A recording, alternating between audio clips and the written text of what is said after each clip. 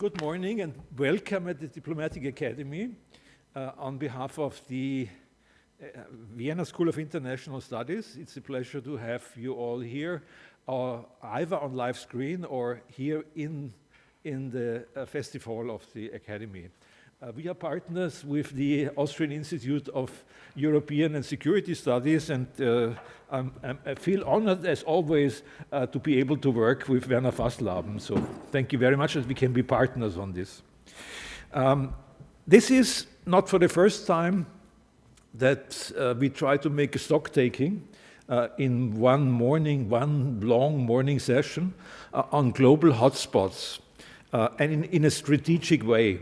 I do know that I do understand why Werner Fasslabend has been proposing such a subject already some years ago, because in Austrian foreign policy, ideas of global thinking and ideas of strategic thinking can still be strengthened. There is still a room for improvement, I would say. I allow myself to say this because we are an independent institution. We are not part of the Austrian Foreign Ministry. But I would say that also our foreign minister would agree that the global and strategic thinking should be improved a little bit at least, because nowadays the perspectives for a small country are not different from perspectives of bigger countries. So I'm looking forward to this morning. As usual, we have excellent experts here, also from the Austrian diplomacy. My only modest proposal is, also to Werner, that there are not only wise old men talking about global hotspots. So I would kindly ask maybe next time to include also female speakers and younger speakers. I'm convinced it would give us an additional strength in such a talk about global hotspots, but this is only a very modest proposal. So welcome again.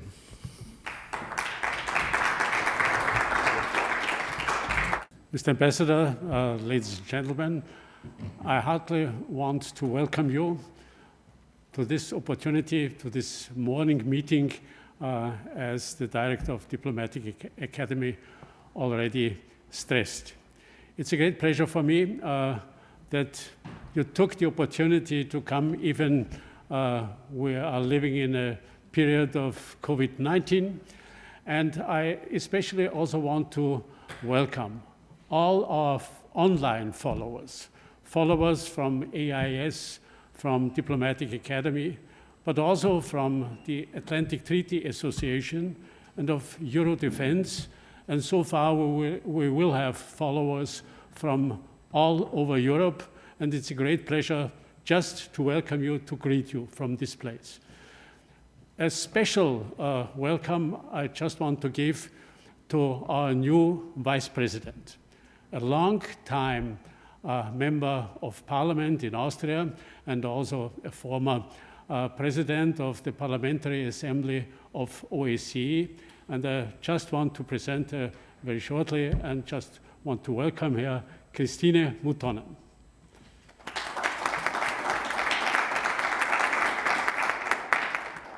Please understand that I try to be very short. It's a great pleasure for me also next to her to greet and welcome General Ségur Cabanach. With him, I want also to greet all the ambassadors even from Africa, and attachés, presidents of different organizations, and of course all the speakers whom I will present at the very specific issues when they will talk about.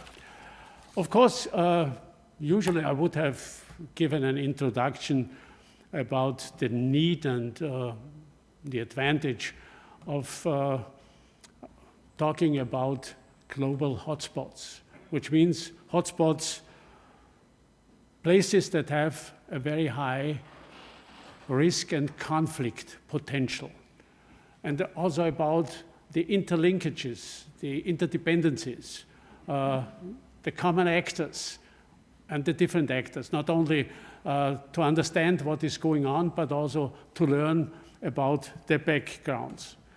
But what I would prefer this time, of course, being confronted with the situation in Ukraine, I would say, is give me the chance just to say a few words from my perspective in this case.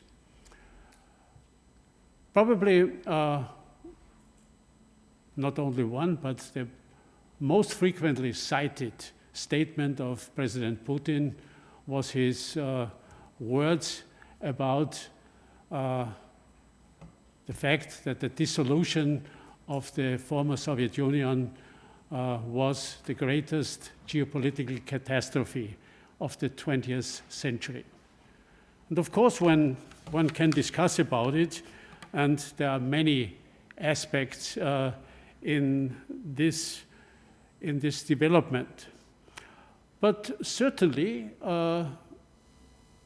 nowadays it will be more interesting to look what were the reactions. And the reactions certainly also had different sides. It was not only regret, but also military activity, whether this was in South Ossetia and Abkhazia, whether this was in Crimea or in Donbass.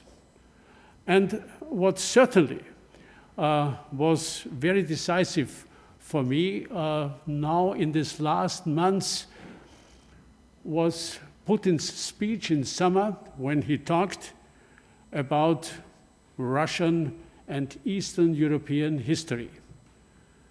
And he talked about the fact that Russians, Belarusians, Ukrainians are one people, один народ, ein Volk. Of course, you can have different aspects and different views on that.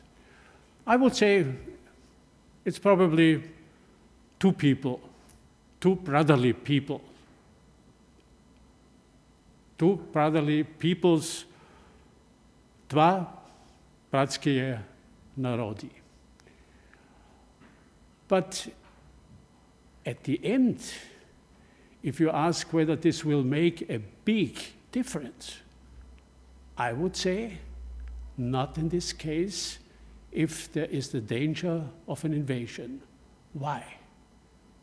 Because the use of military force against a brotherly people or against the own people does not make a big difference. It always will have the same result and the same effect.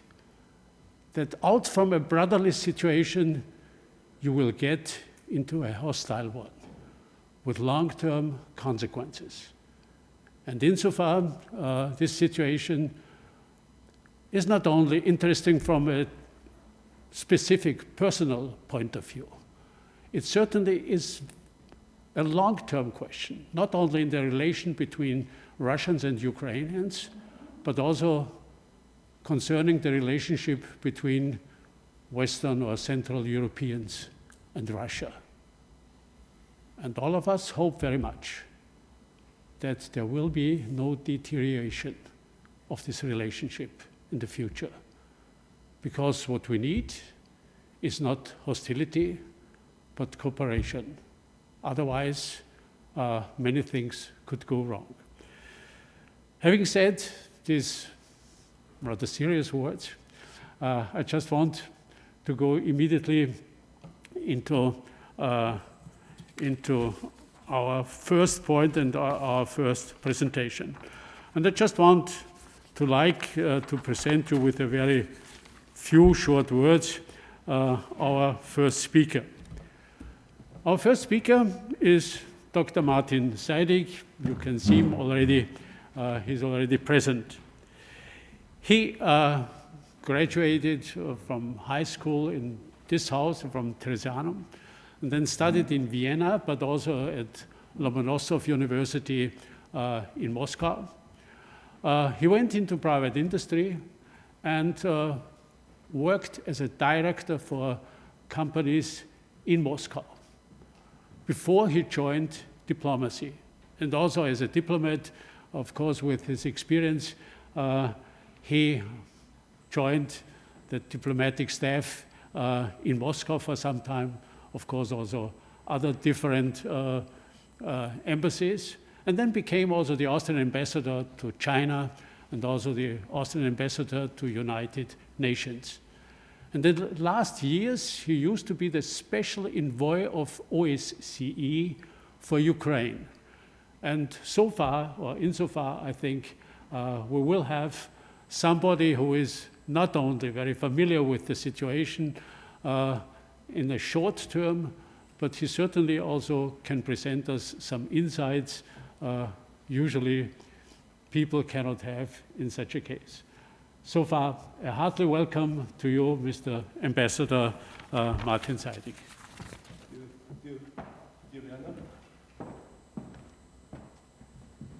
Dear Werner, thank you very much. Thank you very much for this kind introduction. And, Mike? Yeah. You hear me? Yeah, all right. For this kind introduction and for these nice words. Whether I can give you a real insight, you will see later on. Indeed, I've spent many, many years in Eastern Europe, in the former Soviet Union. Will be 50 years this year, so that's quite a long time. When we speak about a long span of time, it's 30 years after the collapse of the Union of the Socialist Republics and also of the Socialist Federative Republic of Yugoslavia.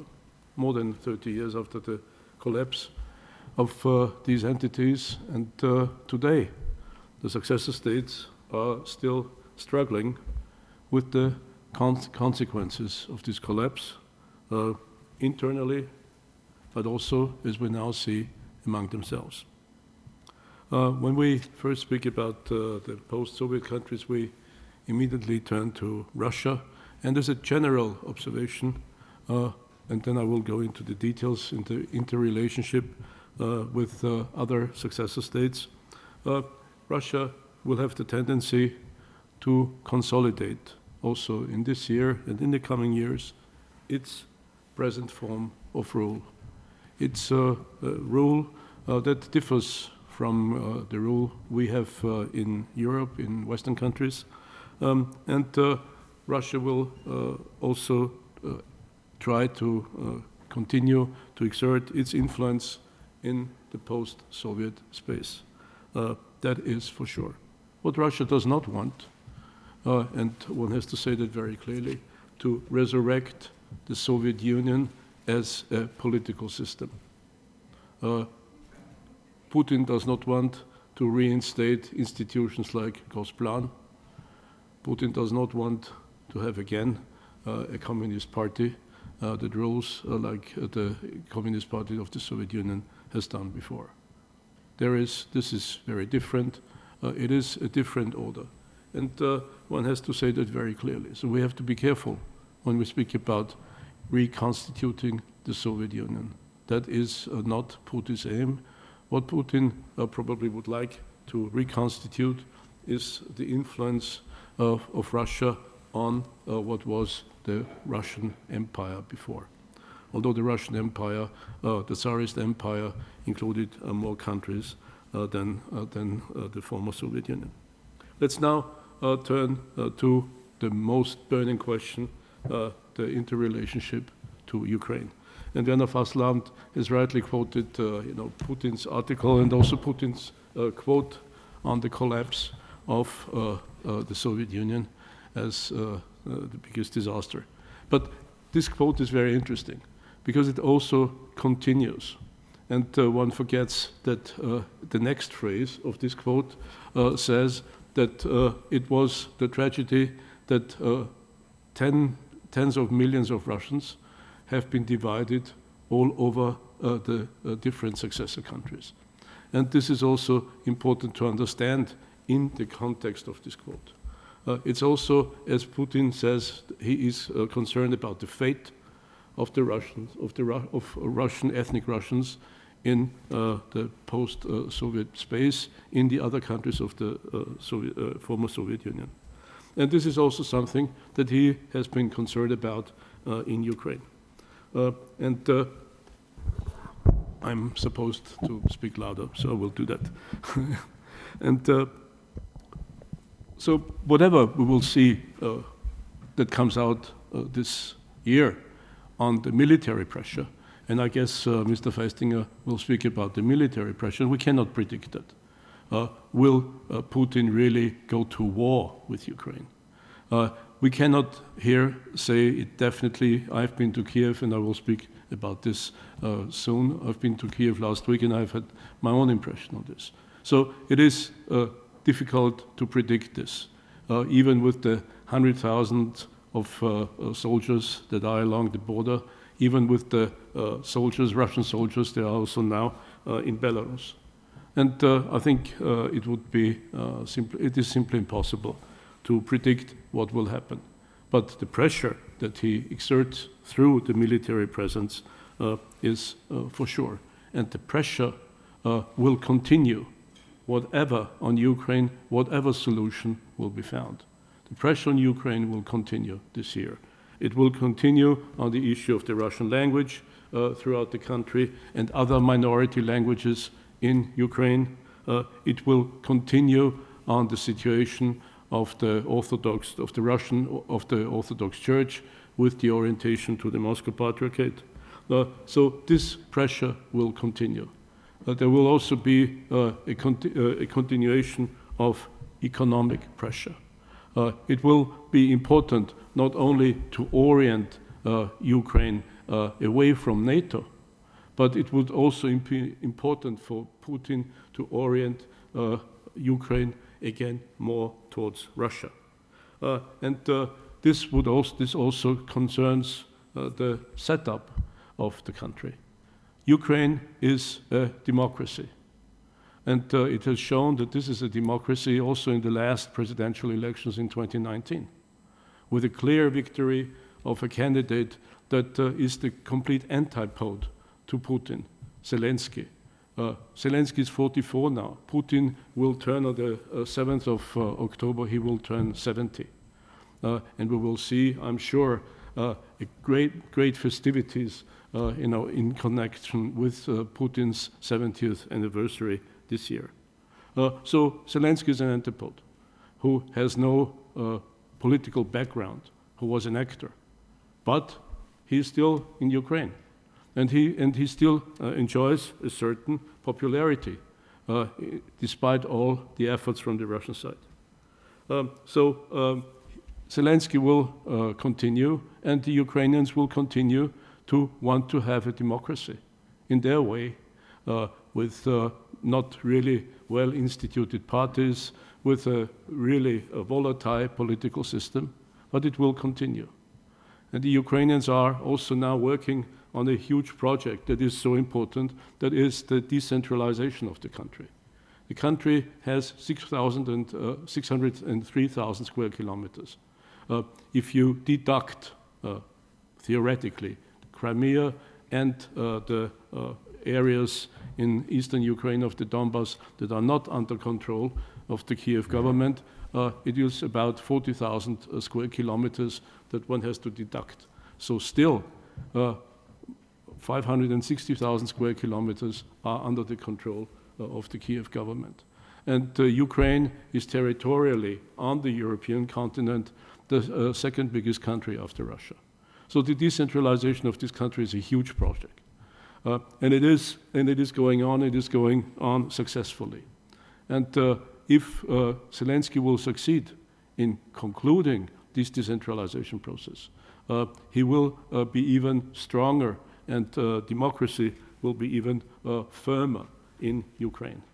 And it is also important for us Europeans and for Western countries to understand that one has to support Ukraine in this process. We have to ask ourselves also, is Putin doing any confidence building towards Ukraine? Has he done confidence building in the past years? Is the term confidence building inherent in any form of Russian policy in the past years? I think you have your answers yourself. Russia has also to learn to build confidence and not only to exert pressure.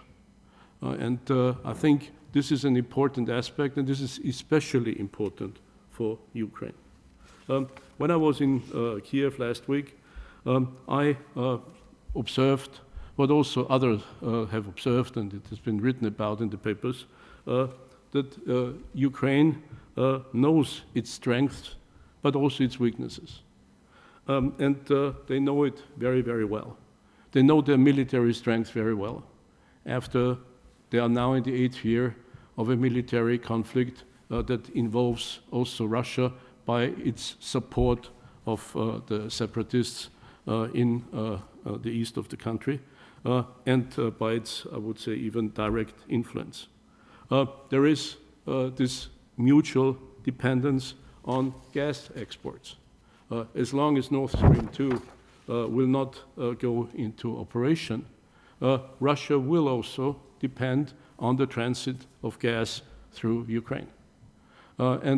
This will continue if Russia wants to keep up its deliveries in a way that is in correspondence with their obligations. One can also say the longer Nord Stream 2 does not come into operation, the longer the dependence on transit through Ukraine, the Russian dependence on transit through Ukraine of gas. What we sometimes seem to overlook is Russia and Ukraine have become two big competitors in the agricultural sector, especially in the export of grain. And they compete for more or less the same markets in the Middle East and partly in China. Ukraine has changed its economy quite considerably towards, again, an agricultural state. Russia is doing that actually too. And we will see continued competition of the two. And this will be important also to understand their economic situation. The economic situation in Ukraine is better than one would expect.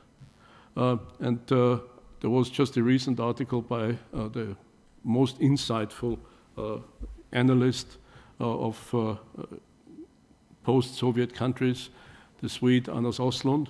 In his article for the Atlantic Council, he clearly states that Ukraine actually has done very well. It has foreign currency reserves of $31 billion, much more than anybody would have expected. Yes, Ukraine has at the moment problems on the international financial market to refinance its debt, but its debt is pretty low. It's only 51% of GDP.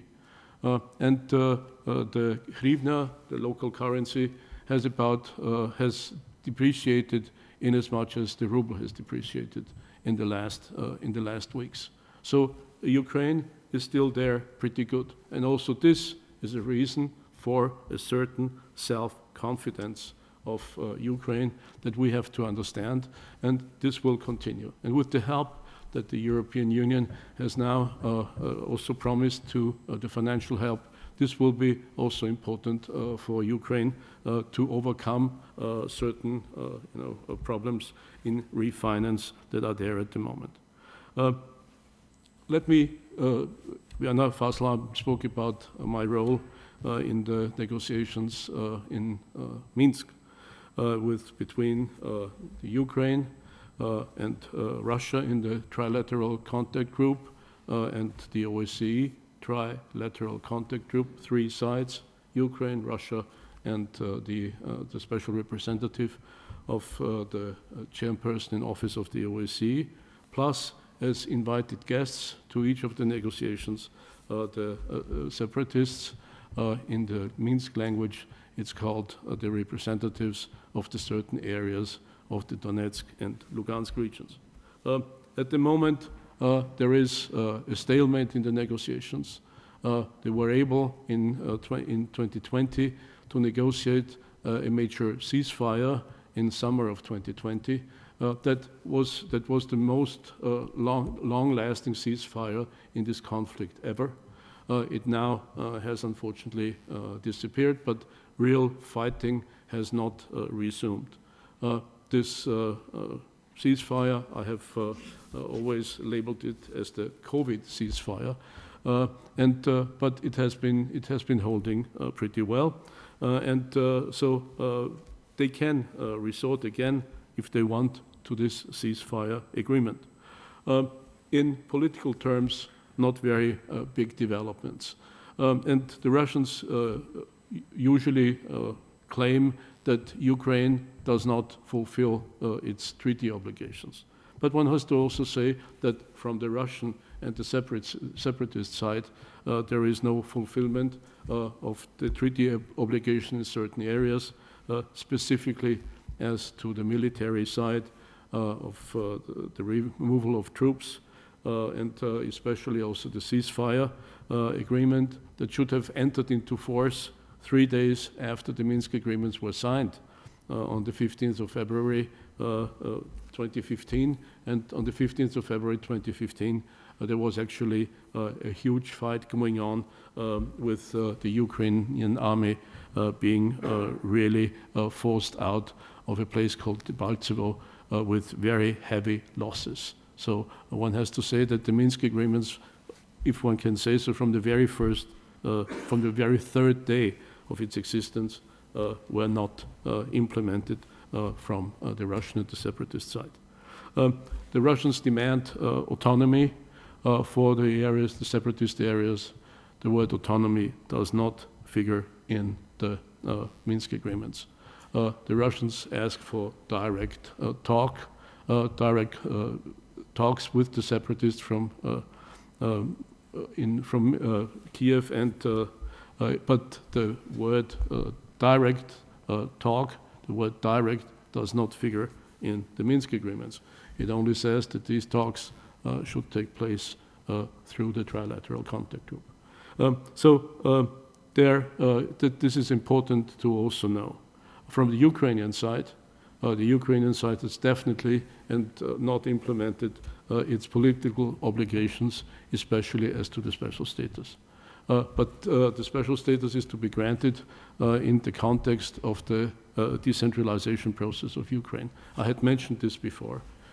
And the decentralization process of Ukraine is simply such a huge task that it would have been really impossible to fulfill that by 2015, by the end of 2015. So no special status, because there is no finished decentralization process in Ukraine. It will be going on, and maybe in this year it will also come to an end, the decentralization process in Ukraine, and then there might be a true answer for what kind of special status can the separatist areas really get. Ukraine does not pay out pensions in the areas of the separatists. It has not resumed banking. Also, this is not in accordance with the Minsk Agreements. And one has to say that there are no economic activities going on across the line of contact since 2017, and that is certainly also a huge negative aspect that was introduced by the Ukrainian side. Now, enough about Ukraine. It's not possible, and I repeat myself, to predict what will be the development, but one has to see again, Ukrainians know about their strength, especially also on the military side, and Russia knows about the strength of Ukraine and especially of the Ukrainian army. What can be possible and what is feared, and there is nervousness about this. These are acts of subversion, terrorist acts that can come to destabilize the country, or cyber attacks. Last year here I was speaking about also Belarus, and let me also now come to the Russian approach to the developments in Belarus. And I predicted last year that Russia will really try as much as it can to really get a more military influence presence in Belarus. It's not good to always say, well, I was right in my predictions, but this really happened. And what we see now, the Russian side has taken advantage of the political situation in Belarus. It has not opened new military bases, but the way they have, the solution that they've found is to have permanent exercises with a permanent rotation, which comes up to pretty much the same. So that's important to understand. Russia supports the reform process that Lukashenko has introduced. There will be a referendum on a new constitution at the end of this month. And this constitution is shaped according to the Kazakh example. To have a Security Council and a leader of the Security Council like Nazarbayev was the leader of the Security Council. The problem for Lukashenko is that this model has just disappeared in Kazakhstan with the division of power and with the departure of Nazarbayev.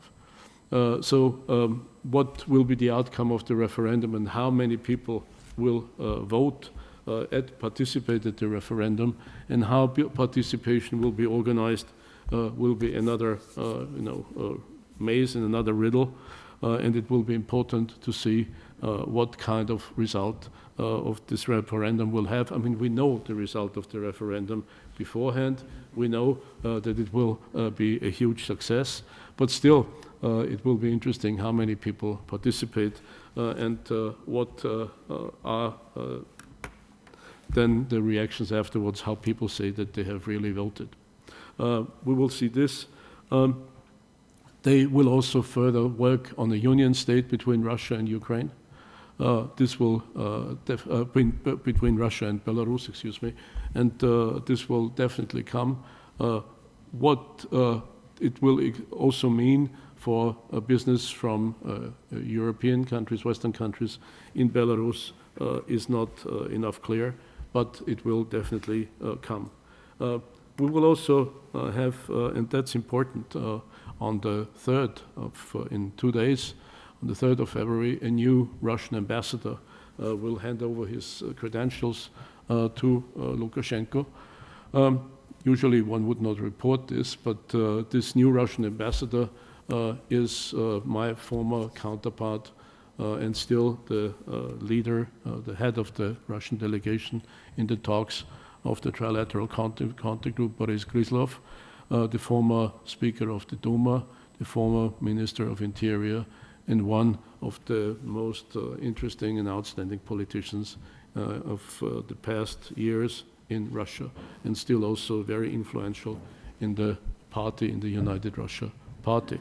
And Gryzlov is a considerate, elegant man.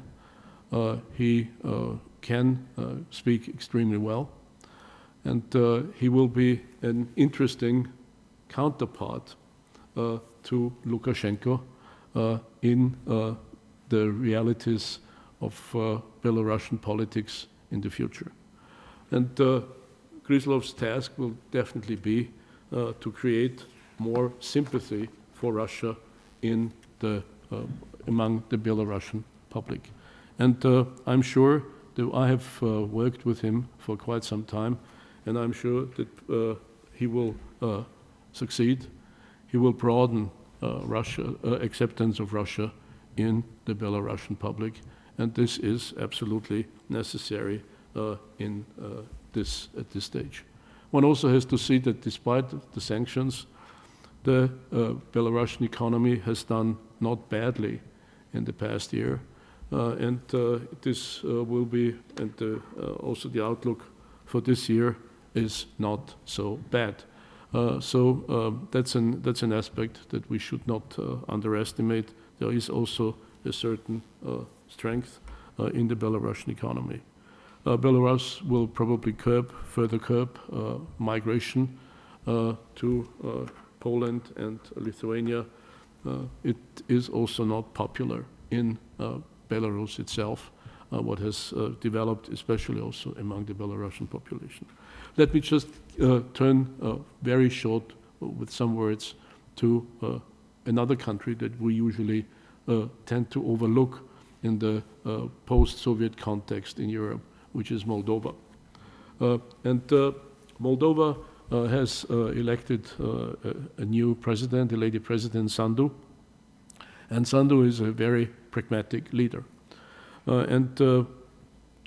What we see lately, and this is also the impression of the special representative of the OSCE, of the chairperson of the OSCE, Thomas Meyer-Harting for Moldova, another eminent Austrian diplomat.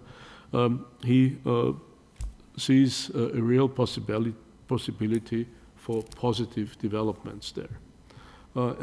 This would be an interesting aspect. For Russia to make a move in Moldova could be a positive sign.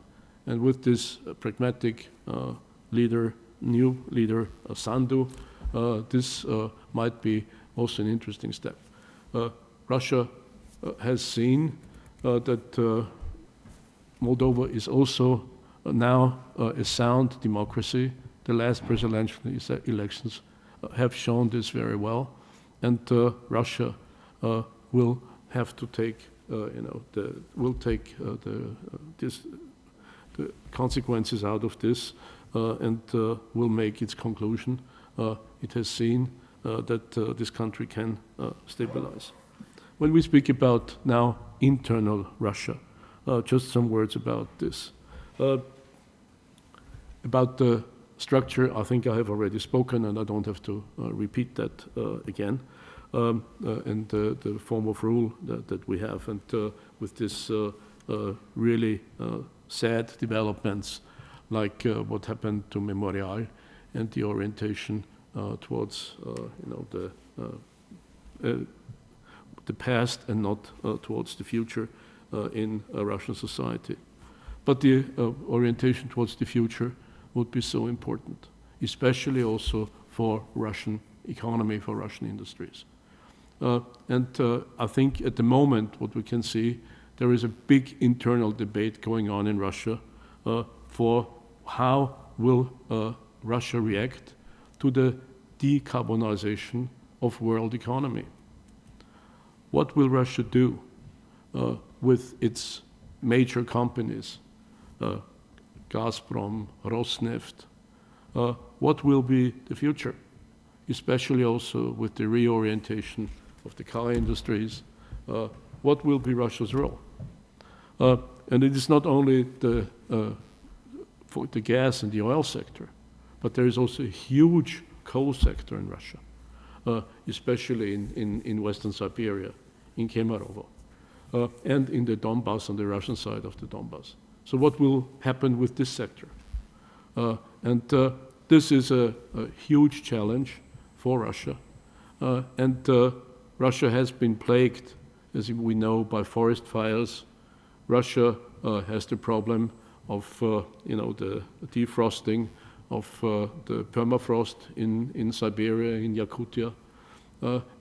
Russia does not have its own technologies for renewable energies. Russia will need huge investments in this sector. Russia has the space, but Russia lacks the economy, lacks the technology, and Russia lacks also the funds. And the question is, will China invest in these sectors? China is up to now, and this is an amazing aspect, is pretty reluctant in investing in Russia. For one interesting reason, they have concerns about the rule of law in Russia.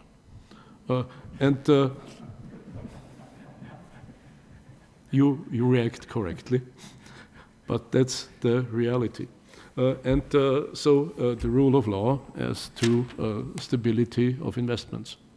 And so one will see whether there will be huge Chinese investments there.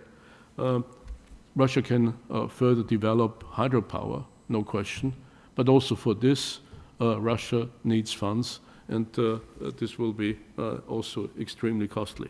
So here we are faced with a very interesting situation. In this respect, allow me to make some propaganda for our institute, because our institute has just posted a paper on the role of the OSCE in cooperation in aspects of sustainability, and you can see this paper on our website. This paper was presented a week ago. If we go to the international aspects, I think the Russians will continue with much of the same, also in the relationship with the United States. Russia will wait for the result of the midterm elections. And what is also important to mention, I think, which is a key aspect, is there will be no change in the relationship with China. China is a cornerstone of Russian foreign policy, and we have seen it now again just yesterday in the Security Council. The only country that was on the side of Russia on the debate on Ukraine was China. So the Security Council in this respect is always a very good mirror, and one can see that very well. So we will see. This one also has to follow very closely, and I think for us Austrians this is important, the relationship between Germany and Russia. For Austrians, this is always a key issue, and I don't see much of interesting developments in the relationship between EU and Russia. That's for sure. And but what we have to also see, and we have to prepare ourselves, and this is important, for 14 more years of Putin rule in Russia. And that's a long period. And we have to be aware of this, that there is this possibility of 14 more years. Putin then will be 84. As coming back to Ukraine, I had already said Ukraine will further consolidate this year. Zelensky has still 2 years to go to the next elections. Zelensky actually left it open whether he will run again. When he ran for the first time, he said, well, maybe I run only for once. Let's see. But again, what is important is to help Ukraine consolidate its political system, especially in the creation of permanent, parties that don't change always with personalities, but which have their ties to Western European parties. This is important. Now, finally, and I can only mention it, and one should speak about it much more, but I've been speaking already too long. Let's turn to the Balkans. What is the most important thing, and we have been speaking about this all the time here, and also in European foreign policy. The European Union finally has to find a way to overcome the deadlock in the accession process. We have been preaching this here as Austrians all the time, but this is a reality if the European Union wants to enhance its credibility in the Balkan countries. There will be elections in Serbia, important elections on the 3rd of April, both parliamentary and presidential elections. But also Bosnia will see elections in October of this year, on the 2nd of October. And this will also be an important development as to the stability of Bosnia and the interrelationship of Bosnia with us Europeans, with the European Union. And with this, I will stop. Okay.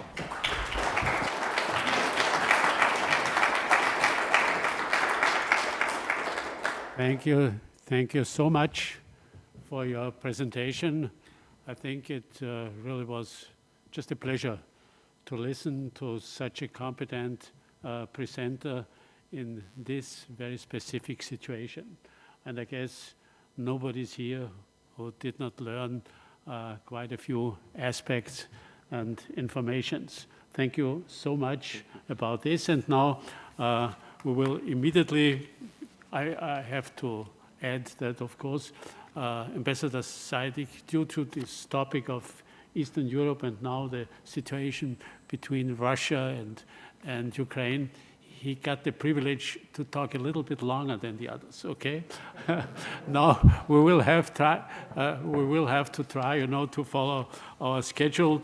And the person I'm inviting as our next speaker is Brigadier Magister Dr. Professor Walter Feichtinger.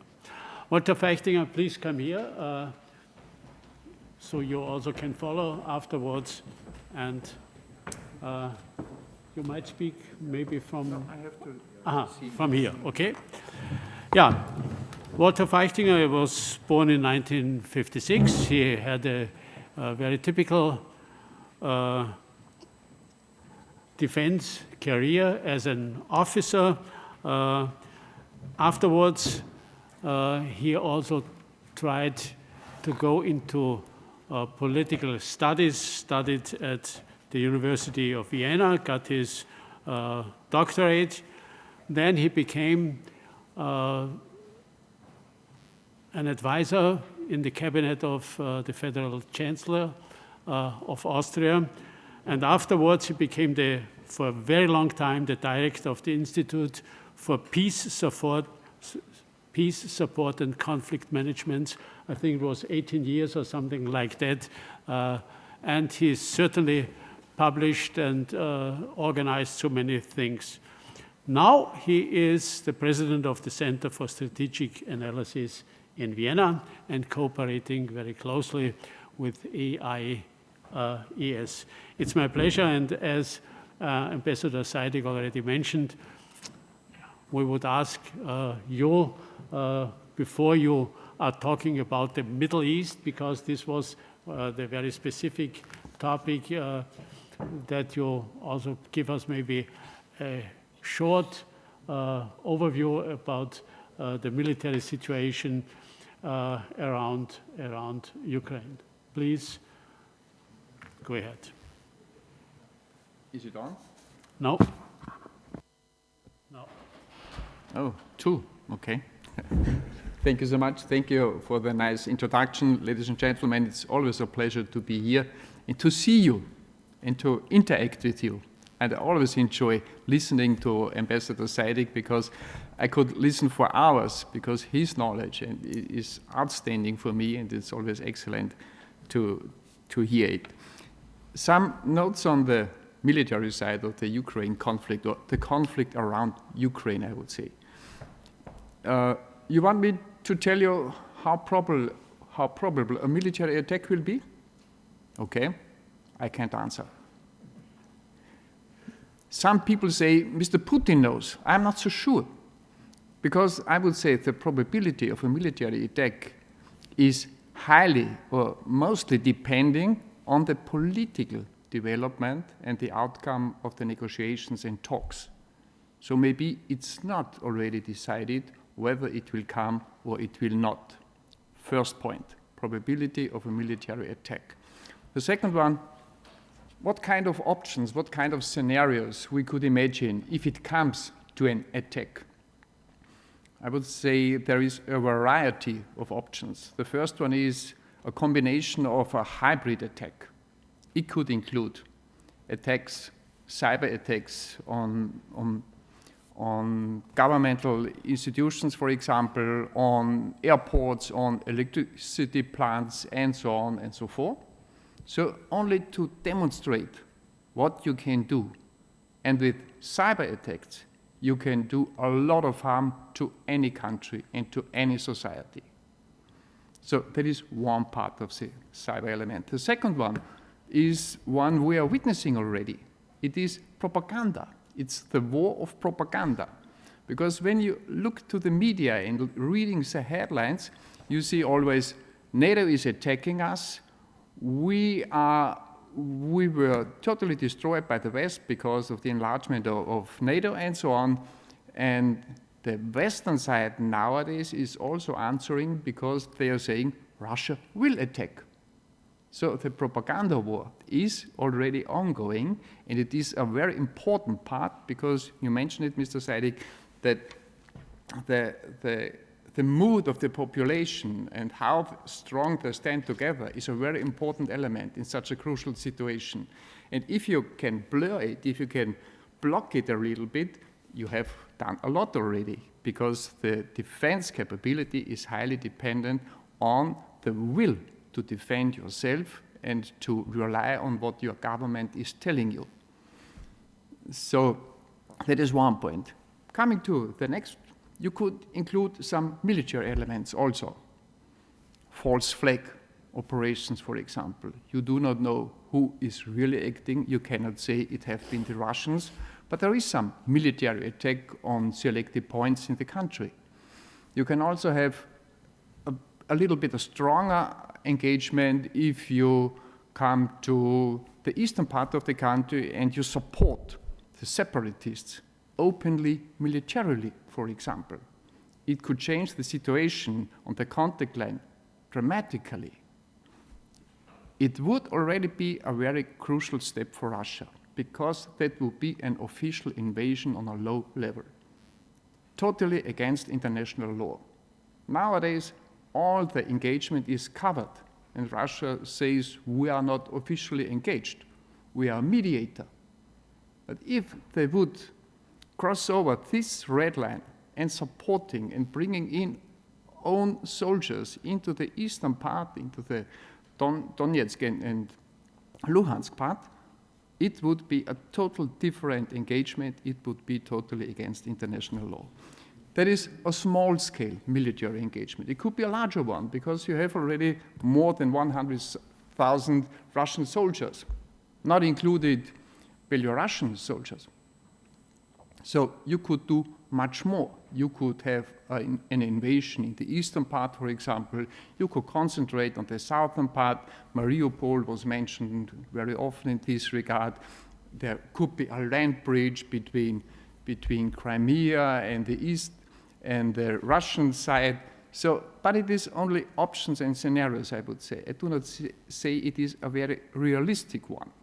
But nothing can be excluded nowadays, and Russia has many options. And the big question to me is, will it cross over this red line of acting against international law openly? That is the most important point for me. The third point I would like to mention is what is to be expected from the Ukrainian side. NATO told already that they cannot support Ukraine openly, directly with military forces. That's for sure. Ukraine is not a part of NATO. So Article 5 is not at all handleable in this regard.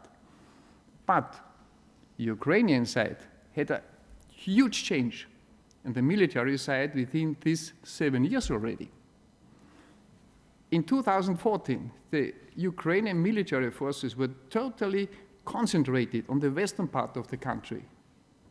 It was in memory of the old Soviet Union and the Warsaw Pact. They did not talk about defending against Russia. They were talking about taking Western Europe. So that was the dislocation of the forces at that time. It changed totally during the time they are opposing the forces in the eastern part. So the dislocation has changed. The armament has changed. The total equipment has changed. The mindset and the military training had changed.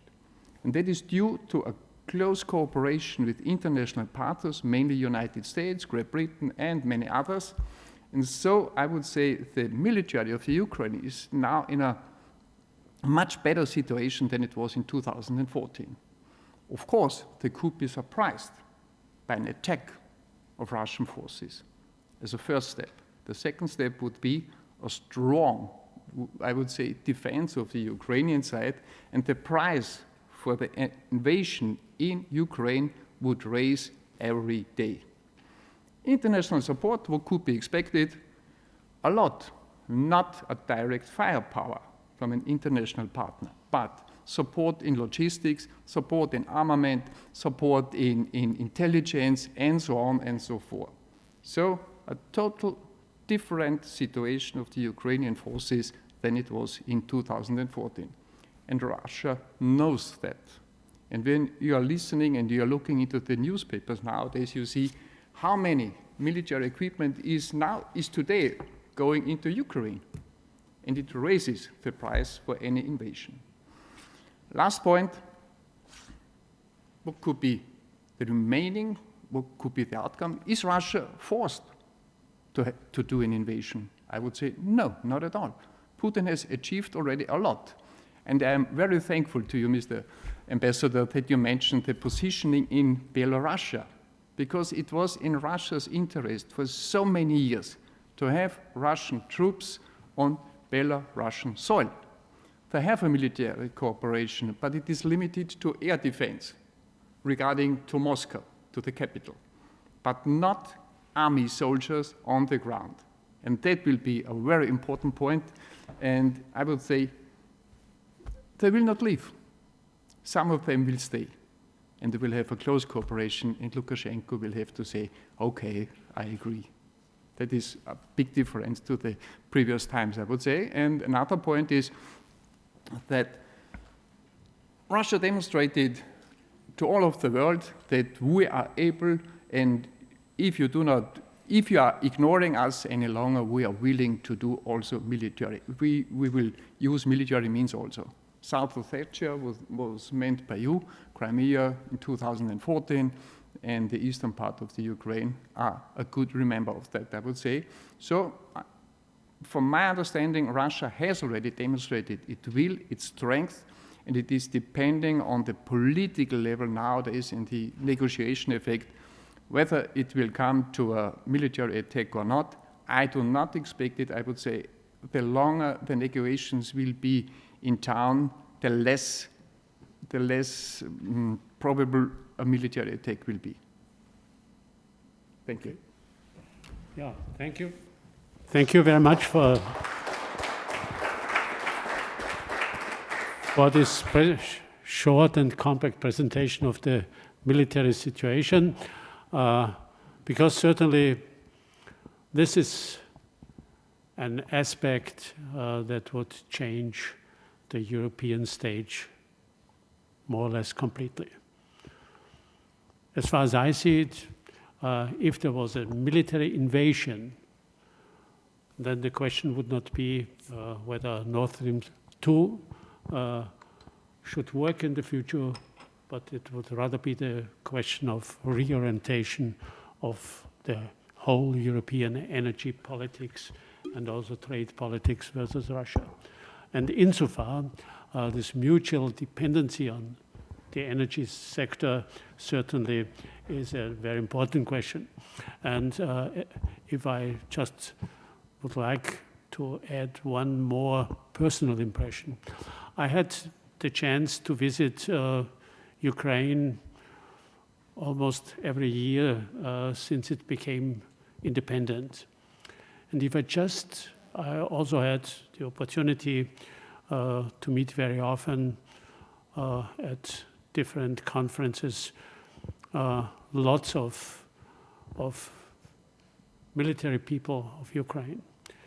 And if I just compare the impression the Ukrainian army presented 10 years ago and the impression it gives us now, there's a complete difference. You would not believe this was, for me, a more or less dismotivated group of people around about 10 years ago, or maybe a little bit longer. And this has changed completely. Self-aware, best drill, best best motivated troops so far. One certainly must not underestimate also the quality that you spoke about. Of course, this is an aspect that comes from both sides. Also, the Russian army has improved enormously. If you just compare the Russian invasion in South Ossetia in 2008, this was a performance I would not speak very long about, you know. And if you compare it with the Russian performance in 2013, 2014 in Crimea, then you could see the difference in the drills and in the whole performance. Insofar, you know, this certainly will be a difficult question. One must not underestimate the dreams, political dreams and visions of people who are thinking in historic terms. And Putin is a man who is thinking in historic terms. And sometimes such dreams, of course, they can lead to a situation that is not completely rational anymore. But okay, this is just a short comment. Now, I would like to ask you, you know, you are supposed today to talk about the Middle East. Please give us your presentation on Middle East. Thank you. Thank you for the invitation to talk again about the situation in the Middle East. And the first question always comes to me, that is, what has changed? Does anything has changed? Because when you look at the media and read the headlines and so on, you read about violence, you read about war, you read about humanitarian disaster and so on and so forth. And no really optimistic outlook, I would say. And that is why I tried to identify 5 topics I would like to talk about in the next 15 to 20 minutes to give you an overview of what is ongoing in the region. And I will include Afghanistan because we should not forget Afghanistan, I would say, although we are not there any longer. So let me start with, okay, but I can use it. I'll talk about that region, including these countries. And I identify 5 elements I would like to mention a little bit. The Abraham Accords last year, I say, could be a game changer for the region. Now, 1 year later on, I can say, yes, it is a game changer for the region, and it is really developing into a very positive way, I would say. I will elaborate a little bit later. The second one is here in Vienna, we have to talk about the joint comprehensive plan of action on the nuclear negotiations with Iran. Is the time already over? When you read today's newspaper, you can read there is only a few weeks left in order to achieve a positive final outcome, or the West has lost. And I will look at some hotspots, and they are still very hot. We should not forget Afghanistan, and Turkey is always on the scene, and I would like to highlight it a little bit. So let me move on to the first one. It is the Abraham Accords work, I say. Did you watch TV yesterday? The first visit of the Israeli president to the Emirates? It was historic, I would say. Could you imagine it 3 years before? No. So really the negotiations and the relation between Israel and the Arab world's surrounding is in a good direction, I would say, and it can bring total new situation. Here you see Morocco is included, Emirates are included, Sudan is included. It is the least developed relationship, I would say, and Bahrain. And here, you can't read it, it is close. There is the impression, or there is the dimension of a peaceful and cooperation in trade, cultural exchange, and everything, I would say, that describes a good relationship between countries. And that is on the way. You have already many flying routes nowadays between Israel and these countries. You have an explosion in trade exchange. It has multiplied in terms, in numbers. You have embassies, Israel embassies in Morocco, for example, and in the Emirates, and it is ongoing. You have a strong exchange on the diplomatic level, on the economic level, cultural level, and population. And that, I would say, makes this relationship stronger than it was ever before. We should not forget, in this regard, the change in the landscape, I would say. Because Israel now is a strong player, not against these countries, but together with these countries. Israel had 2.5 enemies in the past, I would say. The first one was the Arab world, the second one is Iran, and the half one is the Palestinian issue. From an Israel perspective, I would say. And now, the Arab world is on the positive side.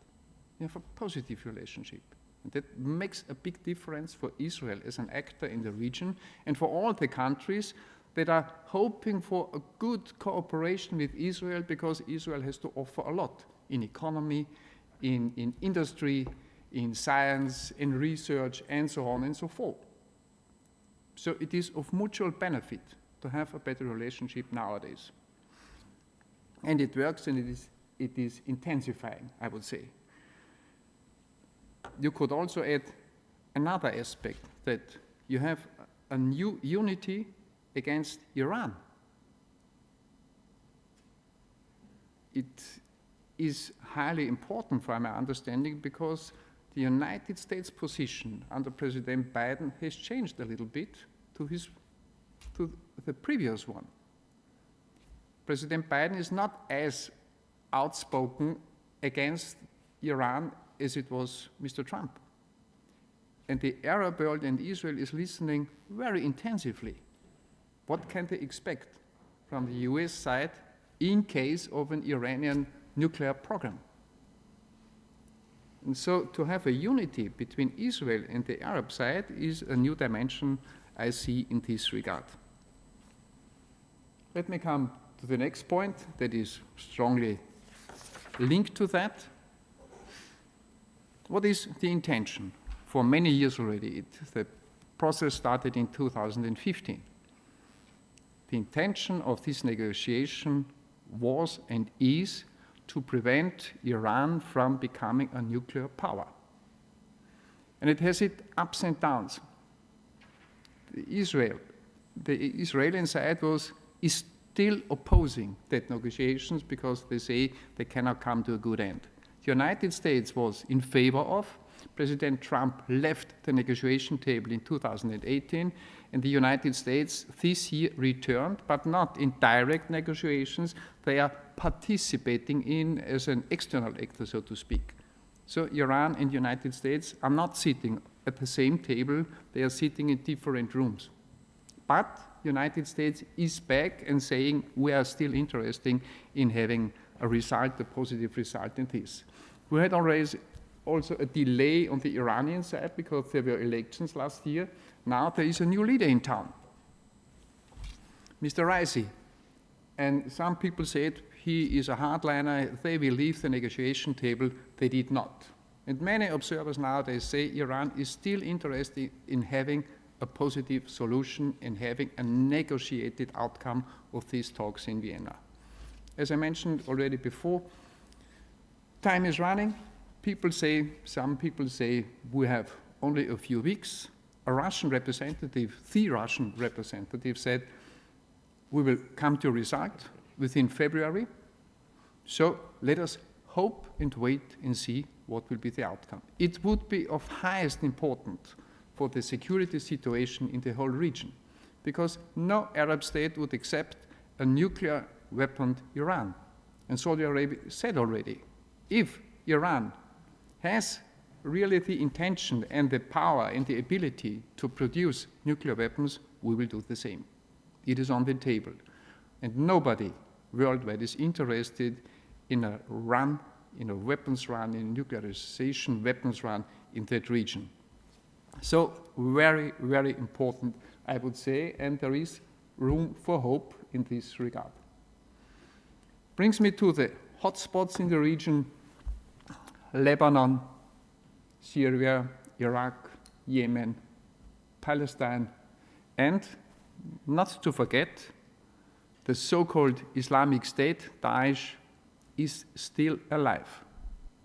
It is not a caliphate controlling a huge area as it was in 2016 in Syria and in Iraq partly, but they are attacking nowadays already. They are attacking prisons in order to free their people, and so on and so forth. And that happens in Syria, and that happens also in Iraq. So you know the picture. It was the situation in the harbor some years ago, and I would say it has a strong symbolic motion also, because it is a symbol of the situation in the state in political terms, in economic terms, in cultural terms. You have so many refugees still in the country. You have a very difficult relationship with the Arab world, especially Saudi Arabia. You have with Hezbollah a strong Shia actor in the country that is acting as a state in the state sometimes or many times. So it is really not a good thing what we see in Lebanon, and I do not see a very positive change in this regard. I cannot identify, maybe you can find some positive aspects in this regard. I did not. Syria. Assad sees himself already as the big winner of the war. And if you look at the map and you look what is ongoing in Syria itself, one could agree with some limitations, I would say. But Syria is not a problem that is solved at all. You still have a concentration of very hard radical extremists in the northwestern part, in Idlib. You see, it's the gray area. And you also have some areas where Turkey is ruling via their local partners in the region. And you still have a problem with Daesh, as I mentioned already, but Assad seems to be on the way back to be reintegrated in the Arab unity. There are already some contacts from Arab leaders to reintegrate Mr. Assad. As a matter of fact, if you see who is controlling the vast majority of the country, it is Mr. Assad and his security apparatus. So you cannot ignore him any longer. That causes a huge problem to Turkey, for example, because Turkey was one of the first countries who insisted in Assad must resign. It was in 2011 already.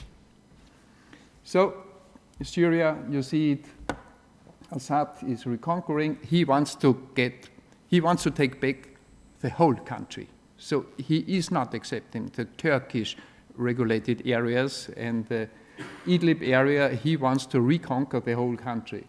Israel is strongly watching this and sometimes attacking with airstrikes if it comes too close to the border, if they see a problem with militia forces, and Russia's control is still a matter of fact. Assad has survived because of the support of Russia, and he is still very, very relying on Russia's support. Iraq, maybe you watched the development. There was an election in Iraq, and only 41% of the population participated, although it is a very young democracy. I would say it's a young democracy with old problems, because the factions inside the country, Shia, Sunni division, and so on, is still a very strong problem to be overcome. And Iraq wants to establish it as an independent actor to push back the influence from the Iranian side, to get rid of the Americans. The Americans nowadays are not any longer a military power in supporting actively. They only left 2,500 soldiers as advisors, as trainers, and so on, but not for direct military engagement. In January, a few days ago, Iraq started to build up a concrete security wall towards Syria. So it's a symbol for me how hard they work to become an independent actor in that region.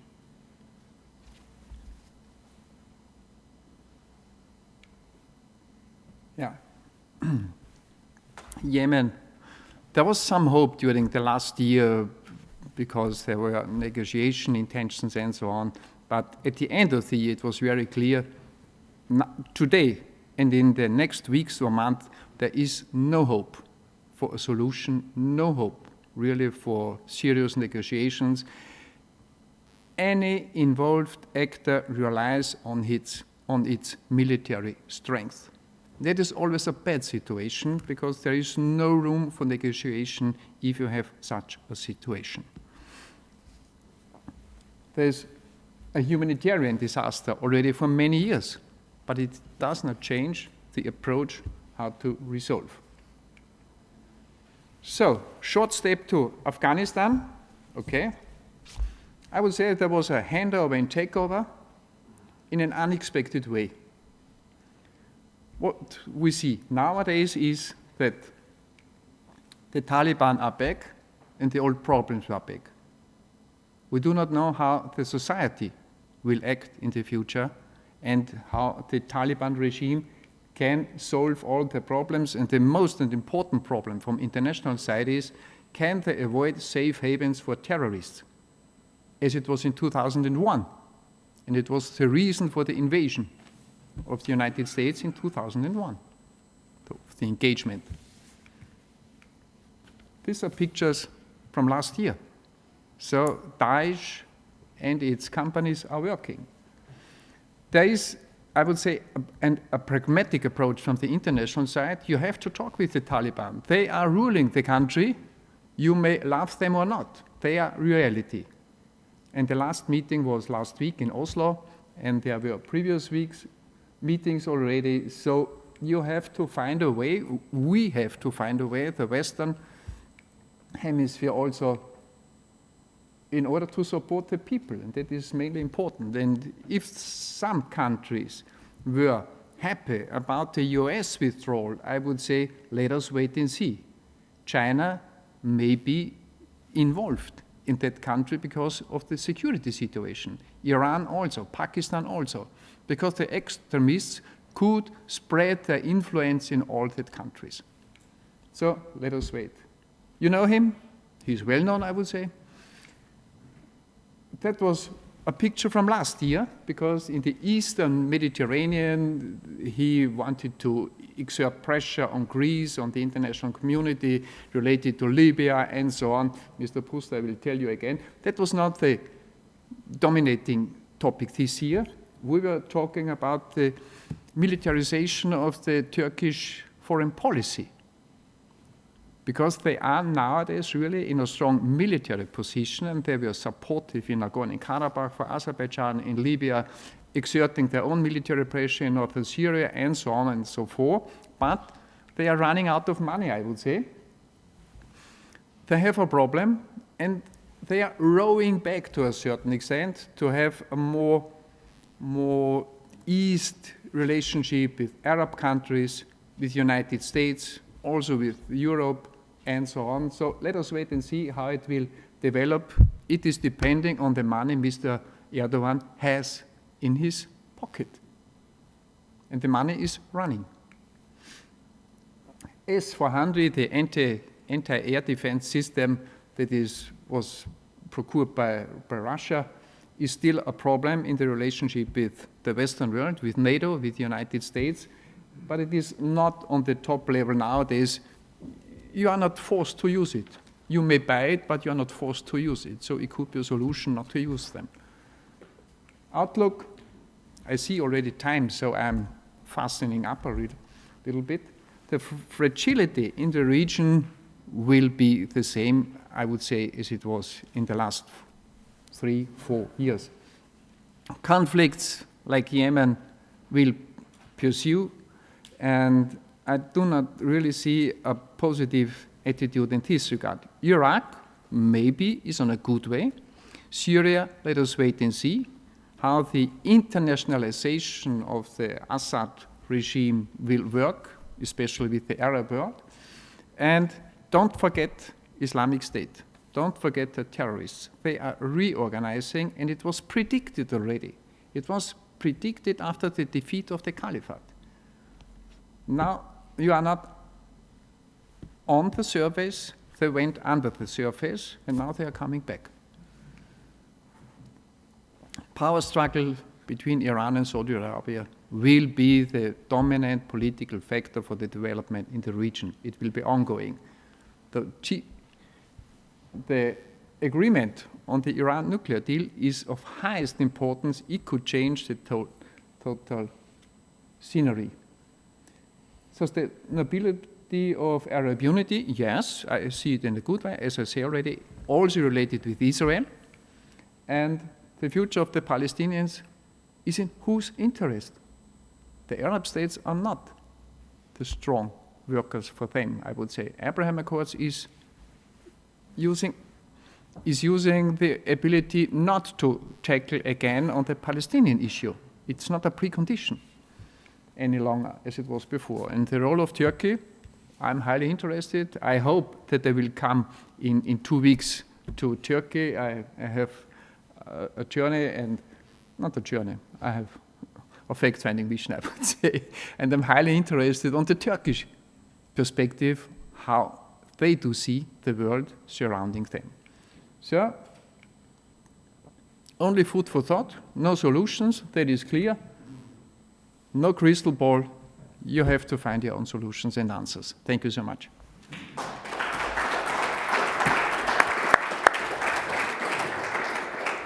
Yeah, thank you so much for your double presentation, not only about Ukraine, but also the Middle East, and we continue immediately. And I ask our next speaker, Wolfgang Pusztai, to take the floor. Wolfgang Pusztai had a very traditional, I would say, military career. He became an officer, but not a simple officer. He joined the general staff and also had courses in America, not only in Europe.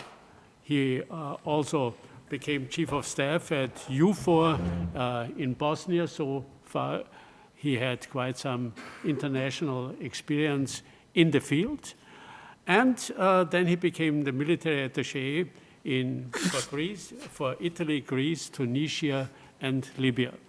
And since then, he became one of the real specialists especially for Libyan politics. He now is an advisor, not only in Brussels, but also in Washington for Libyan affairs. And he became the director of Perim Associates and an advisor, also senior advisor for AIES. Please, Wolfgang, if you just start your presentation. Thank you very much for your kind introduction. It's my pleasure to be here and to have a brief look on a region which matters for Europe and which matters, of course, also for Austria. I would like to start with Algeria. A brief look into the history. The Algerian civil war raged from 1991 until 2002. About 150,000, up to 200,000 people, the figures are different, were killed during this war. This war has a particular significance even today for the region, because during it, several jihadi groups with roots what a surprise, in Afghanistan were established in North Africa, including the forerunner of the so-called Al-Qaeda in the Islamic Maghreb, which is still infamous today. After the war was over, the Algerians really had no appetite to resume hostilities. So a resumption of a major war in Algeria itself is currently unlikely. What also matters is that 44% of the almost 44 million population in Algeria were born after 1997. President Abdelaziz Bouteflika served from 1999 until 2019. He was removed finally by street protests, the so-called Hirak movement, and replaced by Abdelmajid Tebboune, who was elected in December 2019 by 58% of the voters. But the voter turnout was less than 40%. The old political military class in Algeria still serves on. This brought back the Hirak movement to the streets. The government tries still to suppress it. They fear especially the establishment of some kind of organized political movement which could finally become a real threat for the ruling class. Algeria fully depends from its economy and from its stability on its hydrocarbon industry. Algeria has the 10th largest reserves of natural gas. It currently produces every year 130 BCM, billion cubic meter of gas. Just about one third goes into the export, which means that this 1/3 is still 95% of the export earnings of the country. Last year, about 35 billion US dollar. About 40 BCM annually go to export, as said, which covers almost 30% of the gas needs of the European gas market. The national state-owned oil company and gas company Sonatrach has been rocked by numerous scandals and corruption cases. The giant Hassi Armel gas field, which is one of the largest gas fields on Earth, produces about 60 BCM by year.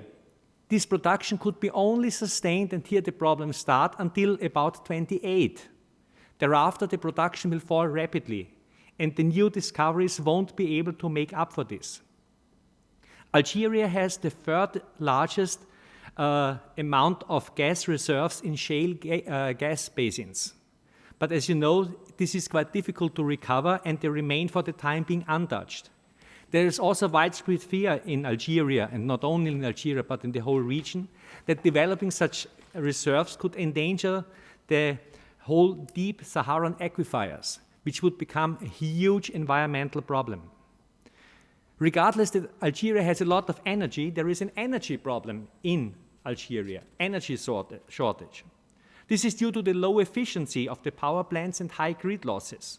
And there are also no incentives for producers or for consumers to save their energy. The price of gas for domestic needs does not even cover the production costs.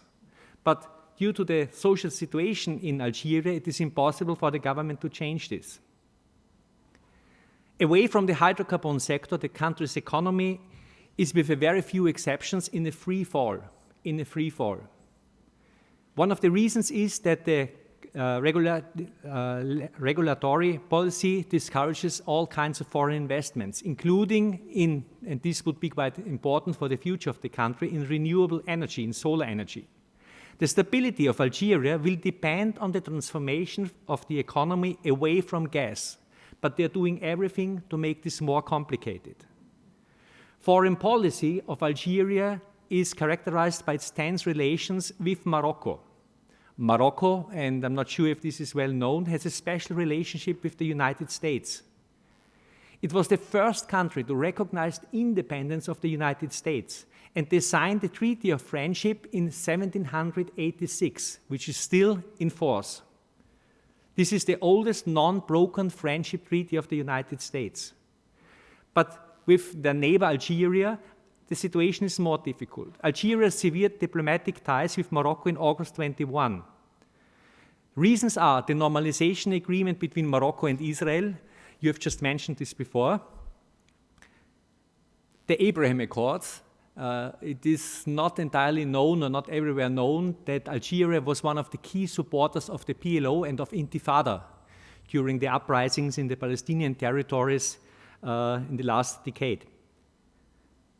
This is about a spying affair where more than 6,000 Algerian phones were targeted by Morocco intelligence services using Israeli spyware. This is about the support of Morocco to a Berber ethnic movement for self-determination in the Kabylie, which is classified by Algeria as a terrorist movement. Just last year, at the end of October, Algeria shut down the 1,600-kilometer Maghreb-Europe gas pipeline. So I would say the Cold War between Algeria and Morocco is here to stay. Tunisia made it to the media last year again. If you have a look on the comparison on this slide, the situation since the Yasmin revolution in 2011 got actually worse. The social situation for many people in Tunisia, not only in the hinterland, got worse. Tourism was heavily affected by the security situation and now by the COVID-19 situation. There was a sharp fall of tourist arrivals in 2020, and tourism is one of the most important possibilities for Tunisia to earn foreign currencies. Corruption is endemic, even worse than before. The Ennahda party, the Muslim Brotherhood party, which is led by Rashid Ghannouchi, which is, by the way, also one of the spiritual mentors of Turkish President Erdogan, he chairs the largest party in the parliament. They have just 52 seats out of 217. They are infamous for being extremely corrupt and for trying to control the state. They tried, and in part successfully, they've established something similar like a deep state. Many Tunisians blame them for the current difficult situation in Tunisia. So the old system of Tunisia is completely dysfunctional. There is infighting and corruption all over, and the very basis of the state is eaten up by privateers. And to make things even worse, there is still a problem with Islamic extremism. Not only 6,000 Tunisians joined ISIS in Syria, but there is still an ongoing insurgency in the mountainous terrain in the western part of Tunisia, with occasional terrorist activities in the greater Tunis area. There is infiltration and arms smuggling from Libya. And this is not only a minor, little, nasty problem. In March 2016, there was the Battle of Ben Gardan on the border to Libya, where 55 IS jihadists were killed. So it's not just a nasty little thing, it's a real problem for the country. So again, as you can see on the right side of this slide, the risk factors for stability of Tunisia got worse. On 25 July 21, President Kais Saied, a former professor in constitutional law, and I would consider him a moderate Islamist, pulled the emergency brake. He suspended the parliament and dismissed the prime minister in the light of violent street protests against the government. After he did so, Ennahda tried to encourage street protests, mass protests against the government, but they failed, or against the president, but they failed. Actually, several Ennahda offices were ransacked by the crowd, because as said, many are pretty much upset with the Ennahda party.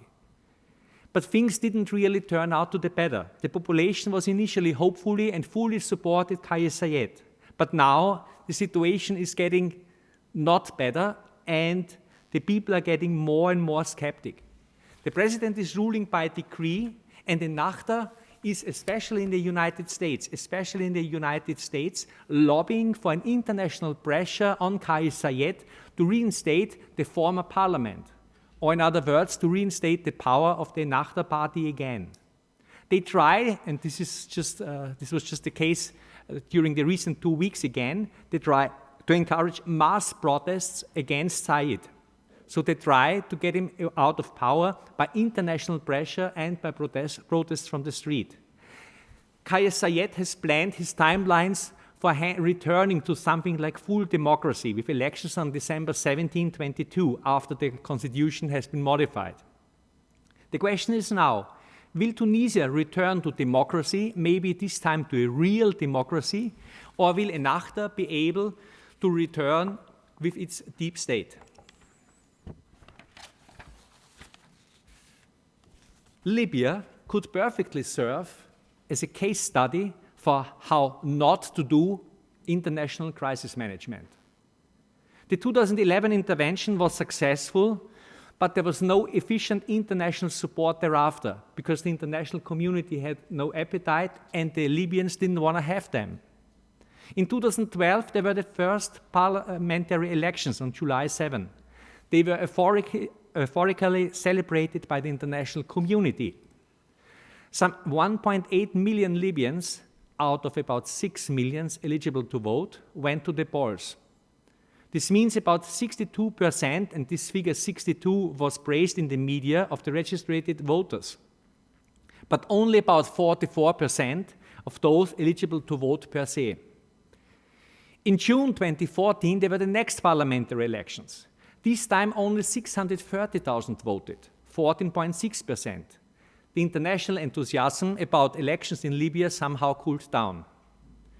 In July, civil war broke out when the Islamists chased the house of the newly elected House of Representatives and its interim government out of the capital Tripoli. And then the international community did the next interesting, somehow strange step by brokering the so-called Libya political agreement in Skhirat, Morocco, and establishing a government of national accord without taking those who had the real power on the ground in Libya into the negotiations. So actually UN selected the people they perceived who could support their plan for stabilizing Libya and negotiated with them and signed an agreement, but those who signed it didn't really have the power on the ground. Well, we know the outcome. This agreement and the newly selected government of national accord was already endorsed by the UN Security Council 6 days later. And I guess this is unique in UN history, even before the internationally recognized parliament, the House of Representatives, had a chance to vote on it. Eventually, the House of Representatives refused to confirm the government of national accord. The GNA was delivered on the mercy of the militias in Tripoli by the United Nations. That time, UN Special Representative Kobler pushed the government into Tripoli, and they needed to exist together with the militias who ruled the streets, who ruled the decision of the government. The House of Representatives did not endorse the government of national accord and was blamed for this by the international community. But I would say it had no real reason to do so. They were not willing to accept a government that could not act independently of the armed gangs in Tripoli. And they wouldn't want to see an agreement to be implemented it considered flawed. The Skhirat Agreement and the way how it came into existence is, I think, a good example of how not to do such negotiations and crisis management. This phase was ended by the April 2019 offensive of LNA commander Haftar to take Tripoli, which failed after the Turkish intervention in early 2020. At the end of 2020, early 2021, UN Special Representative, or to be more precise, Acting Special Representative, the American Stephanie Williams, initiated the so-called Libya Political Dialogue Forum. She handpicked and selected 75 members without any kind of legalization or selection by the Libyans themselves. They made a roadmap and planned for elections on December 24 last year. After some vote buying, the LPDF established a government of national unity headed by Prime Minister Abdul Hamid al-Dabeiba. So far, so fine. Dabeiba, who had certainly his merits at the beginning in establishing one government for the whole of Libya, used thereafter his role as a prime minister to enrich his own clan, and for campaigning with billions of Libyan dinar for campaigning and promoting his later bid for presidency. Many Libyans call it some kind of kleptocracy that he's established. And he did nothing to facilitate the election process, although this was his very task. The House of Representatives, the parliament, established some controversial electoral laws, and finally, the list of candidates for the presidential elections was not published. Why? Because at the last days before the list should have been published, the courts of appeal made several obviously wrong decisions about the rights of candidates to run. For example, Dabeba was approved to run, although he pledged not to do so in writing before running for Prime Minister at the LPDF. And this was even endorsed by UN Security Council resolution. And he was also not eligible to run as a serving Prime Minister according to the electoral law. I would say, nevertheless, Libya was last December as close to elections as it never was since 2014. You can see the current situation in Libya. In short, it's a disaster. What can be expected? We have fightings almost every day somewhere in the country. There are shootouts every night in the greater Tripoli area. There are still many groups against elections, namely the House of Representatives, the rival parliament, the High Council of State, the Government of National Unity under Prime Minister Dabeba, the Islamists, the Tripoli militias, the Misrata militias, and so on and so on. Or in short, everyone who benefits from the current chaos.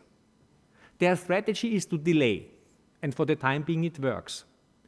Right now, as of yesterday, there is a discussion in the House of Representatives to replace Prime Minister Dabeba with someone else. We'll see if it works. What brings me to the next slide is the increase of terrorist activities, especially in the south. Just last week, there was a battle between the Libyan National Army and the local branch of the Islamic State, where more than 25 jihadists were killed and about the same number of LNA soldiers. And this situation in southern Libya has a very negative impact on the whole Sahel region. The Tuareg and the Tubu, you can see the areas on the slide, are the indigenous people of the Sahara. And they are still important players today, although they don't have their own state. Many of the Tuareg are seeking an own state or at least some kind of autonomy. There were Tuareg rebellions under the French and thereafter, 62 to 64, 1990 to 95, supported by Muammar al-Gaddafi, 2007 to 2009, and they play a role in the insurgency or war in Mali from 2012 and in Niger. Gaddafi trained his Islamic Legion, some kind of foreign legion of the Libyans, in the 1970s and 80s.